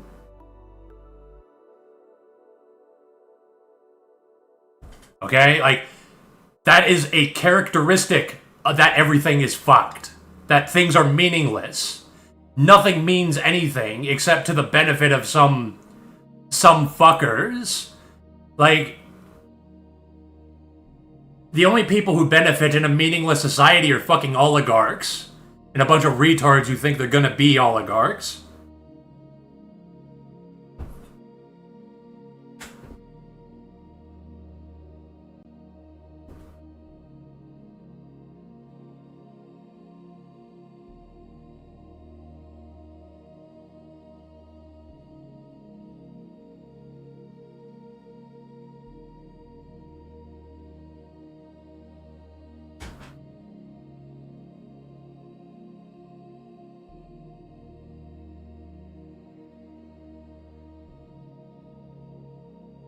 Like, it's a basic fucking metaphysical false absolution problem. It's like when people say everything is capital. Okay, well, then nothing is capital. Everything is intelligence and a choice. Then nothing is. Everything is intelligent, including rocks. Then nothing is. Rocks are alive. Then what is life? What is not life? Are atoms life? Rocks are intelligent. What is intelligence then?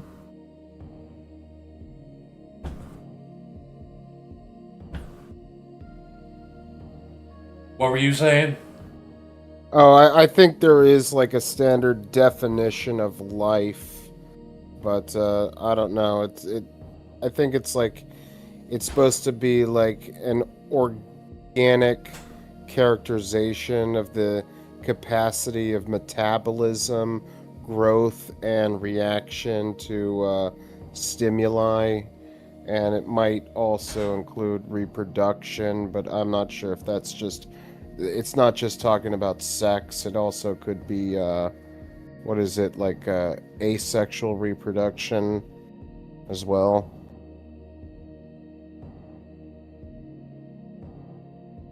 But yeah, pretty much, I mean, everything is basically based off of matter or energy, alright?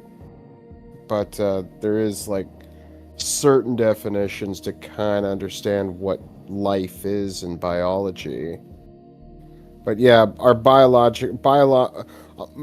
I don't think most of biology would be a choice though. Like the concept of flower power, like my photosynthesis, my choice. That doesn't exist. It's all just chemical reactions due to the cell's DNA or RNA or whatever plants have. People utilize grains of truth to twist meanings and sell lies. Like, yeah, like things are moving. Just because an atom is moving and a life form is moving doesn't mean they're the same thing. Like, a life form is made of atoms, but an atom is not a life form. Things have meanings. Things are not just interchangeable. And if they are, then there's no way to define anything. Nothing means anything. Everything inevitably just gets twisted to the benefit of whoever's the most powerful. A meaningless society literally enables despotic corruption.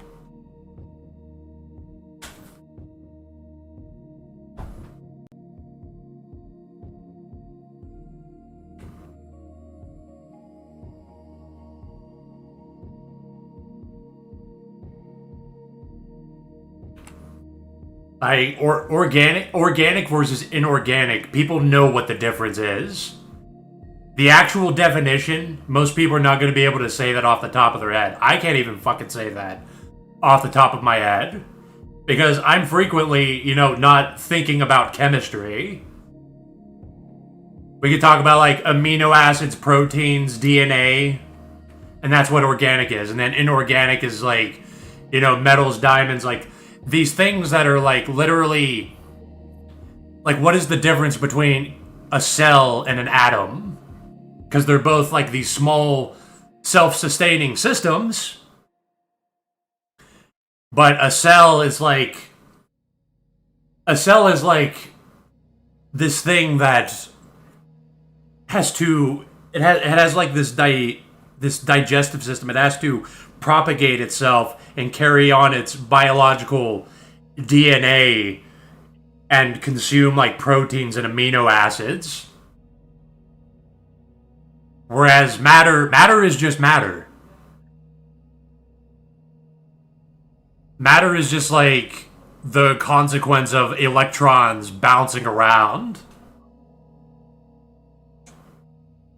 Yeah, we can determine, like, what is the difference between elements? The difference between elements is, like, just the atomic composition of them. You can say iron is like copper, but they're not. They're both metal, they're both atoms, they're both elements. But they're not the same thing. They're defined by the differences in protons, neutrons, and electrons. We can't we can't do anything in a meaningless world. You can't do science in a meaningless world. You can't understand anything in a meaningless world in terms of philosophy and deciding what we ought to be doing in society. That's why we have to protect meaning. That's why, like, I'm kind of like a Hegel imperialist almost, where I try to get everybody to use the same abstract terminology so we're all on the same page. and know what we're fucking talking about.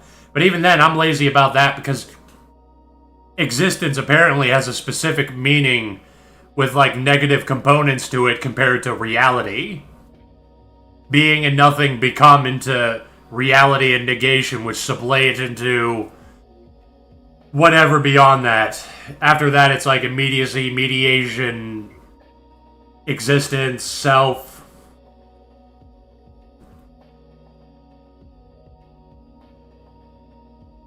Or reality. Being basically negates nothingness and argues for itself, and it becomes reality. And then something is real because it has negated negation. It has argued against arguments against it, allowing it. Like, imagine a baby. A baby is testing, how far does my arm go? It reaches out. Okay, I am negating the negations. My arm is still going, and then it reaches the end. There's your negation. And there's your limits on your arm. Here is the reality of your arm with the negations around it. Okay, like, this is very clear meanings.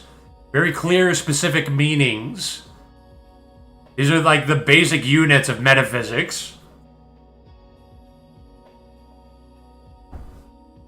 And we have to know what the fuck we're talking about. You have to know what the fuck capitalism is. You have to know what the state is. You have to know the limits. You have to know the realities and the negations of them. We have to know what they are. You can't mystify them. You can't worship it, because then you can't use it. You try to use a screwdriver, you don't even know which fucking side goes into the fucking screw. And then you try to use it to hammer nails, and you try to use it to write your taxes.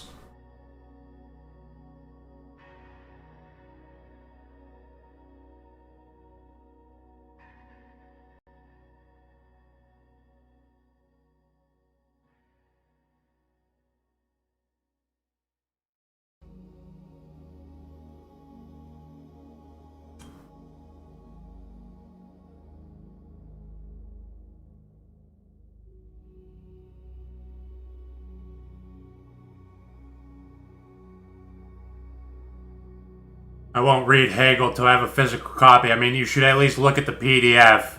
Pull up the Science of Logic and see if you can even grasp that. Because it might just be sitting on your shelf.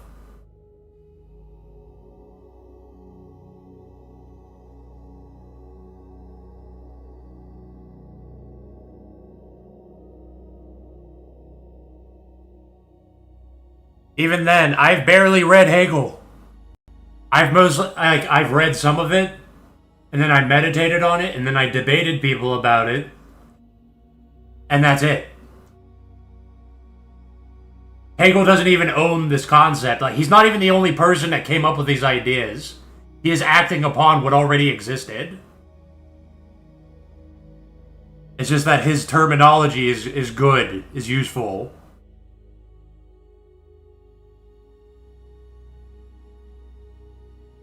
You don't have to call yourself... I don't even... Often I don't call myself a Hegelian. I only call myself that sometimes because I use the fucking lexicon. Other people recognize it when I start talking about, like, the spirit and reality. They're like, oh, that sounds like Hegel. I'm like, yeah, it is, because I stole his terminology.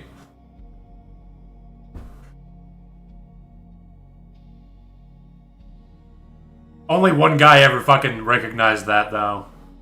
Because he was he's like a European metropolitan that deals with a lot of intellectuals. So he has dealt with a lot of Hegelian idiots. Which there are many. Most of them are.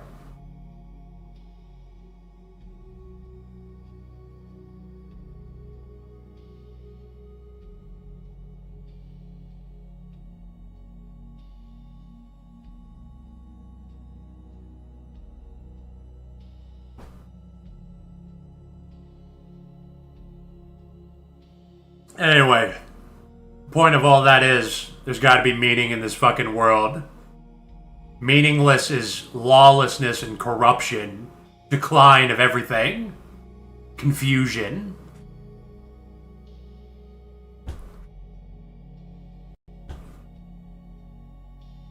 You subscribe to the idea that there is no meaning to the world and we can create our own meaning through our own existential efforts, or do you think that there really is a morality behind it all, which is ingrained in us? As I'm Morality, beginning to believe in the latter of that.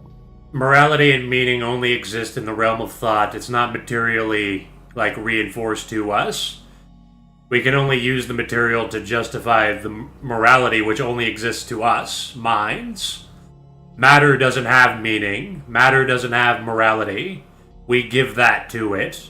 We imagine that about it. Meaning and morality are imagined. They exist only in thought. That doesn't mean they're not real. We are all... They deal with the realm of thought, and we are all thinkers. We are all minds. Wherever there is a mind, there is meaning, there is morality. So it does matter to us. It's made up. That doesn't mean it doesn't hold significance. It's real to minds, which we are.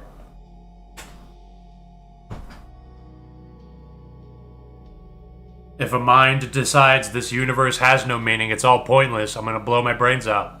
Well, yeah. He is right to himself. He has accumulated the information which proves that to be true.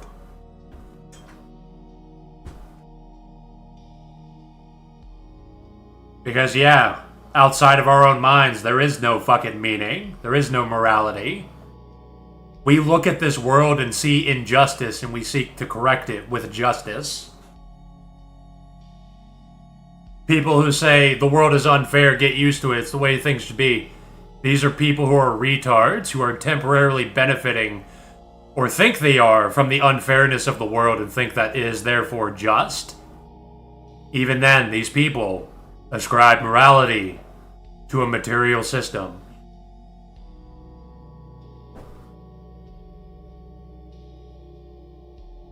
And they don't know what they're talking about, because most people you ever interact with are retards that just nebulously, vaguely believe, think about, say things, do things that vaguely, sort of, I guess, they kind of understand benefits themselves somehow, which that can easily be subverted. You can subvert people's sense of self and what they think is good for themselves.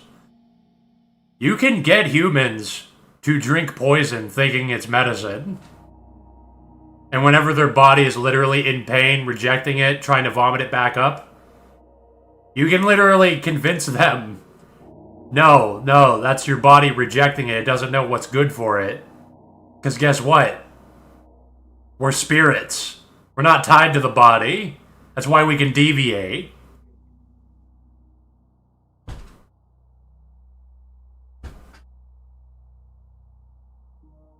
We receive information from the body.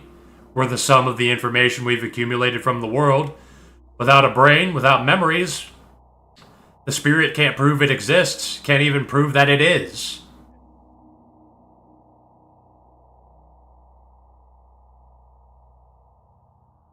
But we can be any information. We're not universally, absolutely tied to this physical body. That's why people can be gay. You're not tied to reproduction. That's why people can kill themselves. You're not tied to life. It's not life and death, it's reality and negation.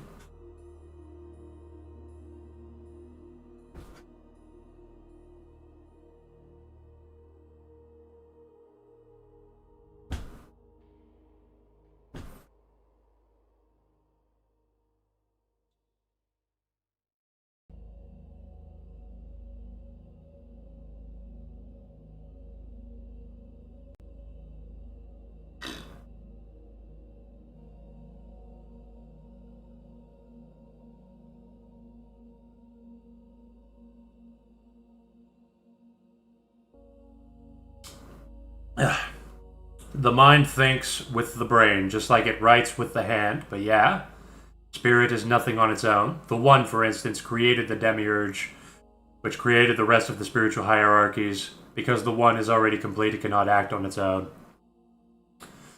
A spirit without matter doesn't matter. It's that simple. A spirit without matter doesn't matter.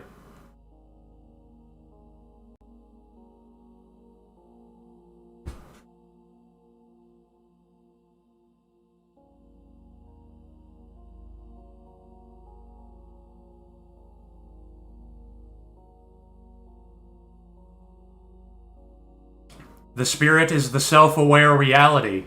Well, guess what? Realizations have to be happening. Why do you think we get bored?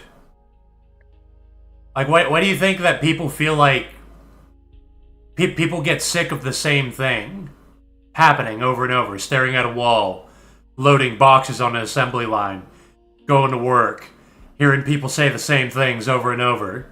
Why do you think that happens? That's a spiritual thing.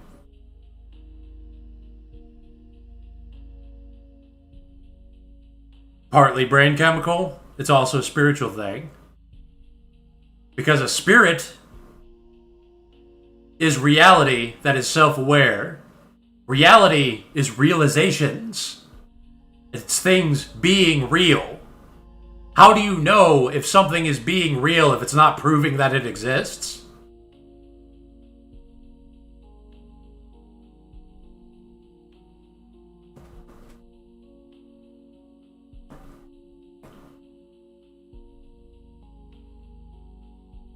Whenever you're bored, you're stuck somewhere where nothing is happening, you know what you're thinking?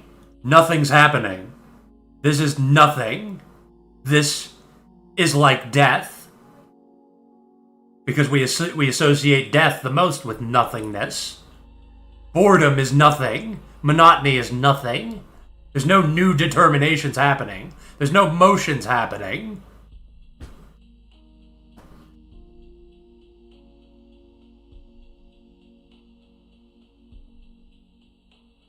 If you're staring at a wall and nothing's happening and you're bored of it, the only realization's happening, like, yeah, there's still photons bouncing off the wall, hitting your light, reflecting signals into your brain.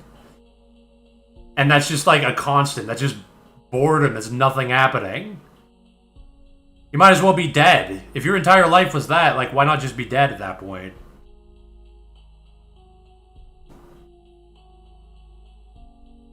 You ever hear of fate's worse than death? And imagine three cosmic forces. There's these three cosmic forces of theater, basically. There's dynamism, there's stasis, there's entropy.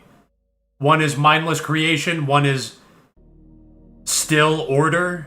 Everything coming to a still and being ordered, where there's nothing left to be determined. And then there's entropy. The dissolution, the destruction, the unmaking. And they all cycle into each other. Guess what? With stasis, you can also die in a way. You don't literally get destroyed, but you are frozen. Nothing is happening. Time doesn't even move anymore. Everything is ordered. Everything's been done. There's nothing to do. Time isn't even moving anymore. It's all just like one thing. You can't even have one thought into another, because it's all still. You have become nothing while still alive. You have died by stasis. You have died spiritually.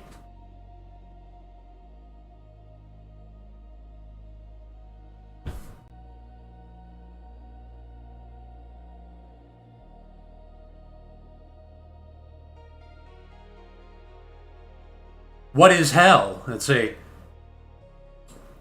Hell, and ideas of hell, whether it's Lovecraft, eldritch alien gods returning to Earth and turning it into like a nightmare where you can't even escape it by dying, or going to hell where death is impossible too, and you're just being tortured. You're suffering infinite negation without dying. You will beg for death. You will crave death. You will wish death would come. And it doesn't come. You're not being realized. You're just being negated. Whatever you try to do, however you try to be real, you just get negated. You're nothing. You're nothing while you're still alive. And less hyperbolic examples, we can experience that day-to-day life. You can experience that in prison. You can experience that in a boring conversation. Imagine you had to have a boring conversation with somebody talking about something you've already heard hundreds of times, saying nothing new, nothing insightful, and it never ends.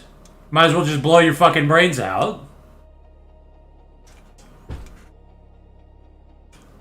This is metaphysics. This is spirituality. This is the abstract. Reality and negation, not life and death. Consider reality and negation the life and death of the spirit. Life and death is material.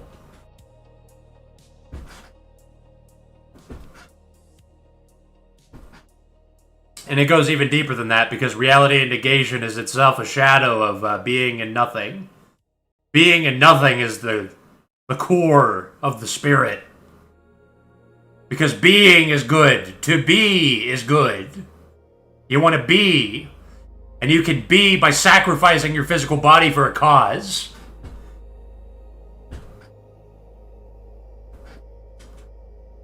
You can be by reproducing. You can be by killing yourself and escaping torture.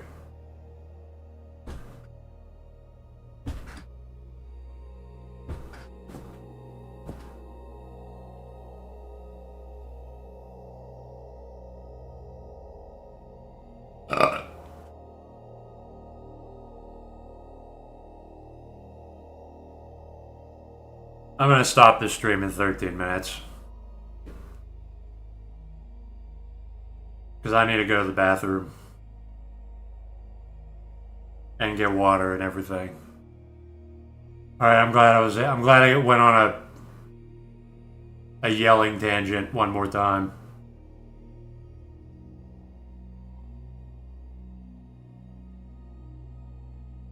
Let's see. Stuff lower than the supercelestial are delicate and are disrupted by interaction with sublunar matter as they themselves are made of a form of subtle matter. Angels and archangels are not composed of matter of any kind, but a higher order of light, and this allows them to uncomfortably descend into the sublunar without being injured.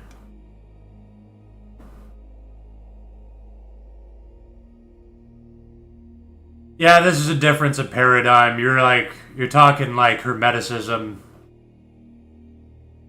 which I get the gist of what we get the gist of what each other is saying. It's still hard to parse a lot of the meaning of a lot of this.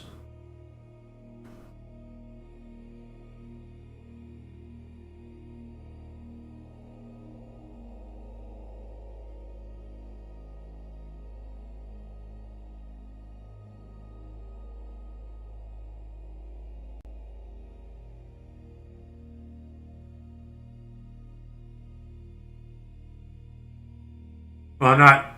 You also said, like, demiurge, so you're a Gnostic.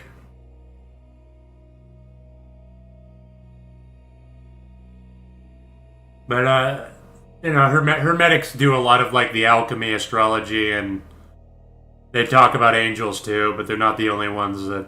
They're not the only tradition that talk about that. They have that whole aesthetic. But other people talk about angels too. But like things like Enochian and alchemy and Enochian's bullshit, by the way. But I'm just throwing some shit out. Enochian, even if you're like a mystic and you're an astrologist and you do alchemy and you talk about metaphysics through the use of angels and demons, Enochian is a complete waste to you. That's literally bullshit. It's just gibberish. Some fucker made up. John D. and that dude that was tricking him.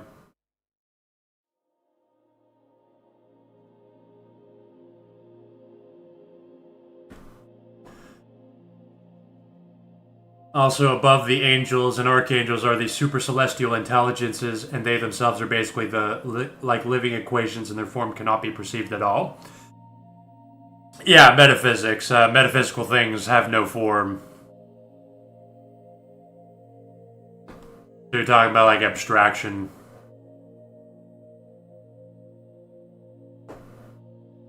I wouldn't call myself a Gnostic in the sense I don't see the demiurge as malevolent. It's just what created the spiritual hierarchies in material world. We are right below the demiurge in the order.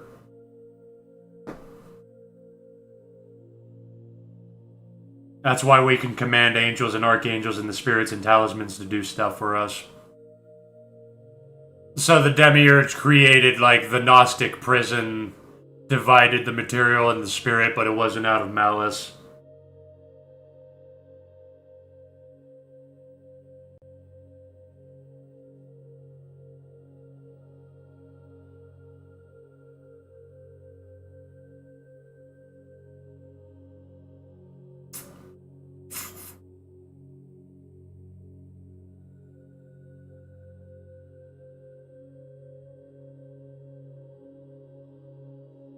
See, like, I've just completely stripped all the wonder and mysticism about it. I just, yeah, like, Hegelian metaphysics is pretty much, or, just not even Hegelian, just metaphysics as it's actually meant to be used, is when you're like, alright, what's really happening? I don't care how cool it looks. I don't care about aesthetics. What's happening? I'm ready to destroy all wonder and mysticism from my life. If that means, like, seeing the truth. Seeing the boring truth of it all.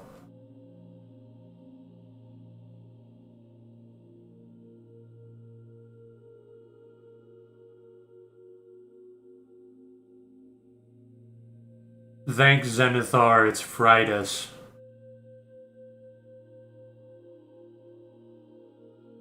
Yeah, it's more of a state of neutrality, despite that life here generally tends to be garbage because all 7 planets are afflicted at almost all times.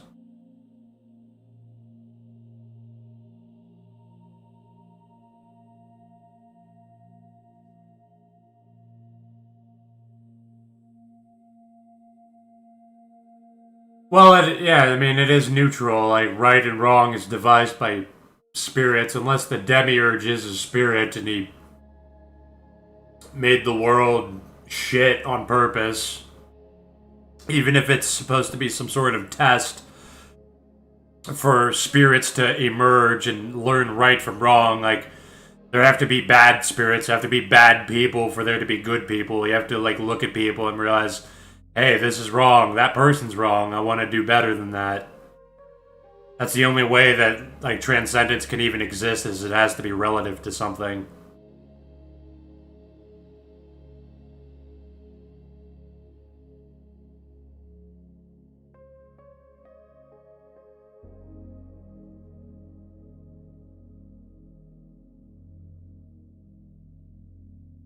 But even if he did that, I mean, that's bad, because the best world that you can make, you just pretty much, you just have God, and then you just sit, and that's it. That's the most moral world that's like the most moral existence you can make. Yeah, you basically just have God who is aware of, like, bad things, of all the nuances, of all the complexities that can exist in any physical arrangement. And, like, you just know that. You're like, okay, cool, I know that. And then, all that's perfect, all that's good has already been done. All truth has been known. Everything is where it needs to be. Everything is perfectly arranged. You just sit. And that's, and then it's over.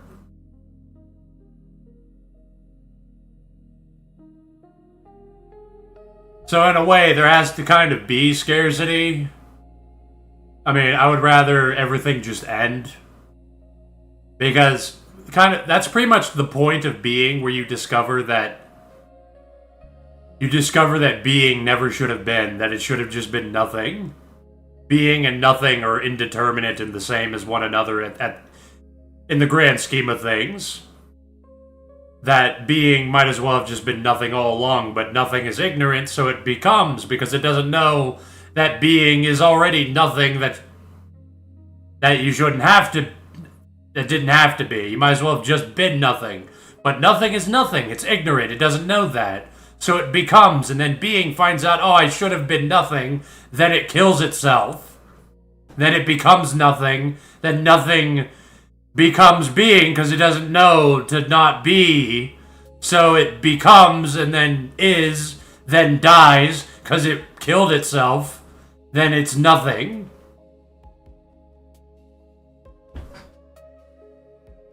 So whenever it comes to whenever there's the question of why are we here? What even is this? What's the point? It's there's probably not even a mind behind it. We're just popping into this.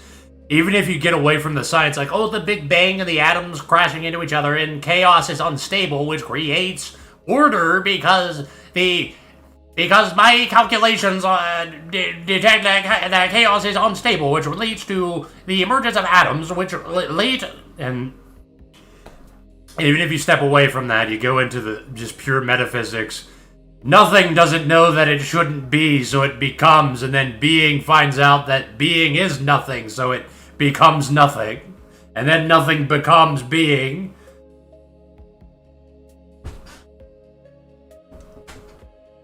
That's the fucked up thing. Is that it might just be, in the spiritual sense, being and nothing. Nothing becomes being because it's stupid. And then being finds out it should be nothing.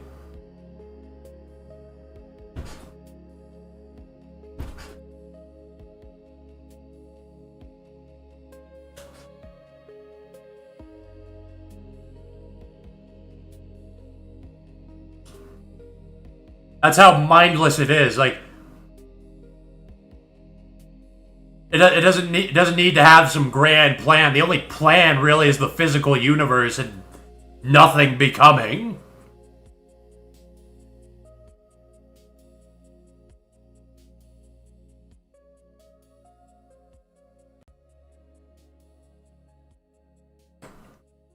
Why am I here? Because the fucking...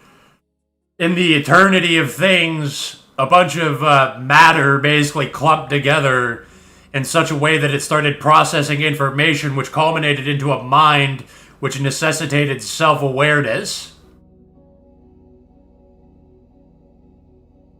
That's the physical side of things.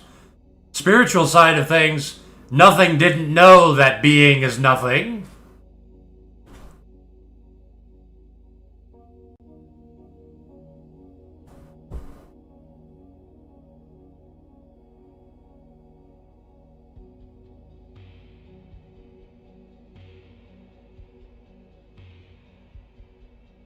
Circular logic, cycle, the snake eating its own tail, the organism, the infinite. That's how you know you're onto something whenever it loops around and it connects to everything like that. You're the yin-yang, you're the Ouroboros. You're the closed circle.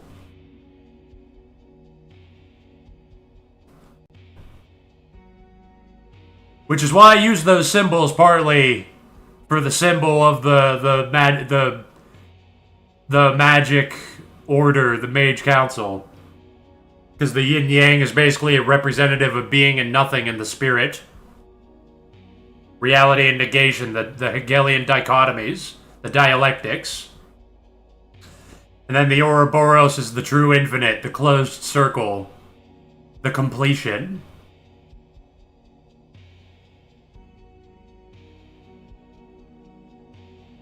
The yin-yang is the unity, the dichotomy, the dialectic.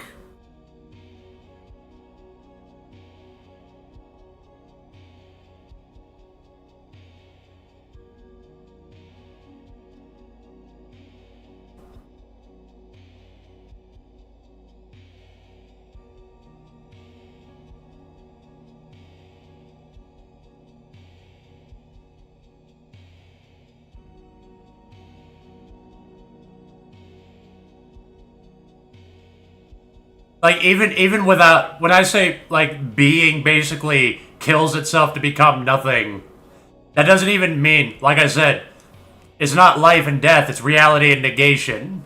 Negation isn't only death. Negation can be a monk Retiring to a mountain to become nothing as much as possible. Embrace the void. Meditate on Mu. Eliminate desire. Sit down and live with nothingness. Void yourself.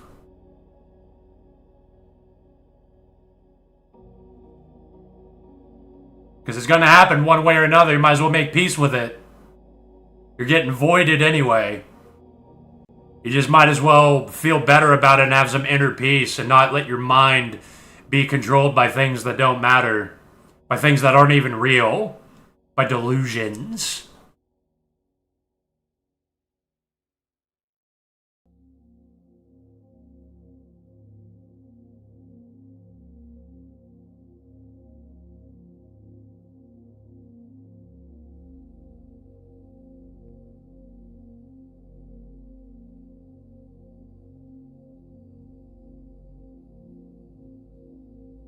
Death by stasis or death by entropy. Either way, it's death.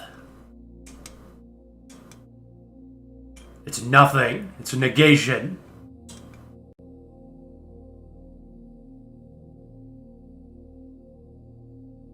You can literally have a body and everything is just nothing. You can literally have eyes and be perceiving something, but if it's the same image, the same thoughts, the same thing happening forever, it becomes nothing. It fades away. It doesn't go black. You just cease to register it.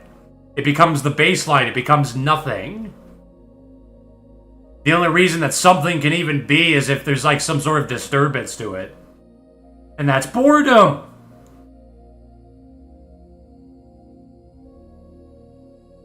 But brain chemicals, well, brain chemicals is the nuances and the motions happening. That's still a difference. The fact that you go from one emotion to another is a motion. It doesn't contradict anything. Anyway, I am fucking sweating and I'm thirsty. I woke up in this chair and then I started streaming. I streamed for almost 4 hours, so I started an hour later, but I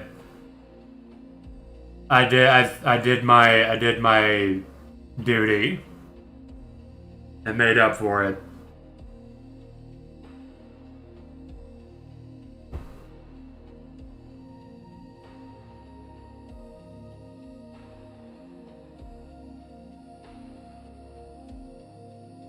Wolf, are you passed out? I'm still around, man. I'm just been listening. I wouldn't blame you if you fell asleep, because I pass out all the time. But, oh, yeah. Especially the fact that I work too much. I work too much, man.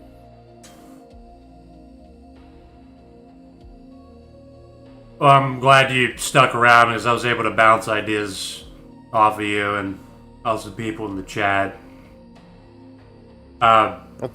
Thank you for having me on, man.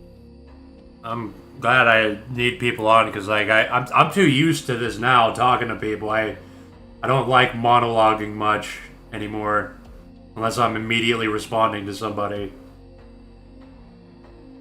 I don't like doing work and making a lesson for today or some shit. I just like to wing it.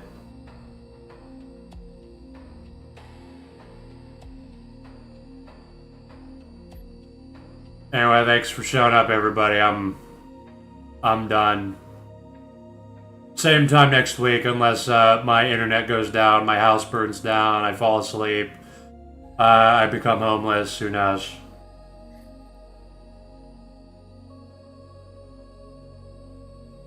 Can happen to the best of us, man. Yeah, it can happen. It can happen at any time. Very soon, it can happen.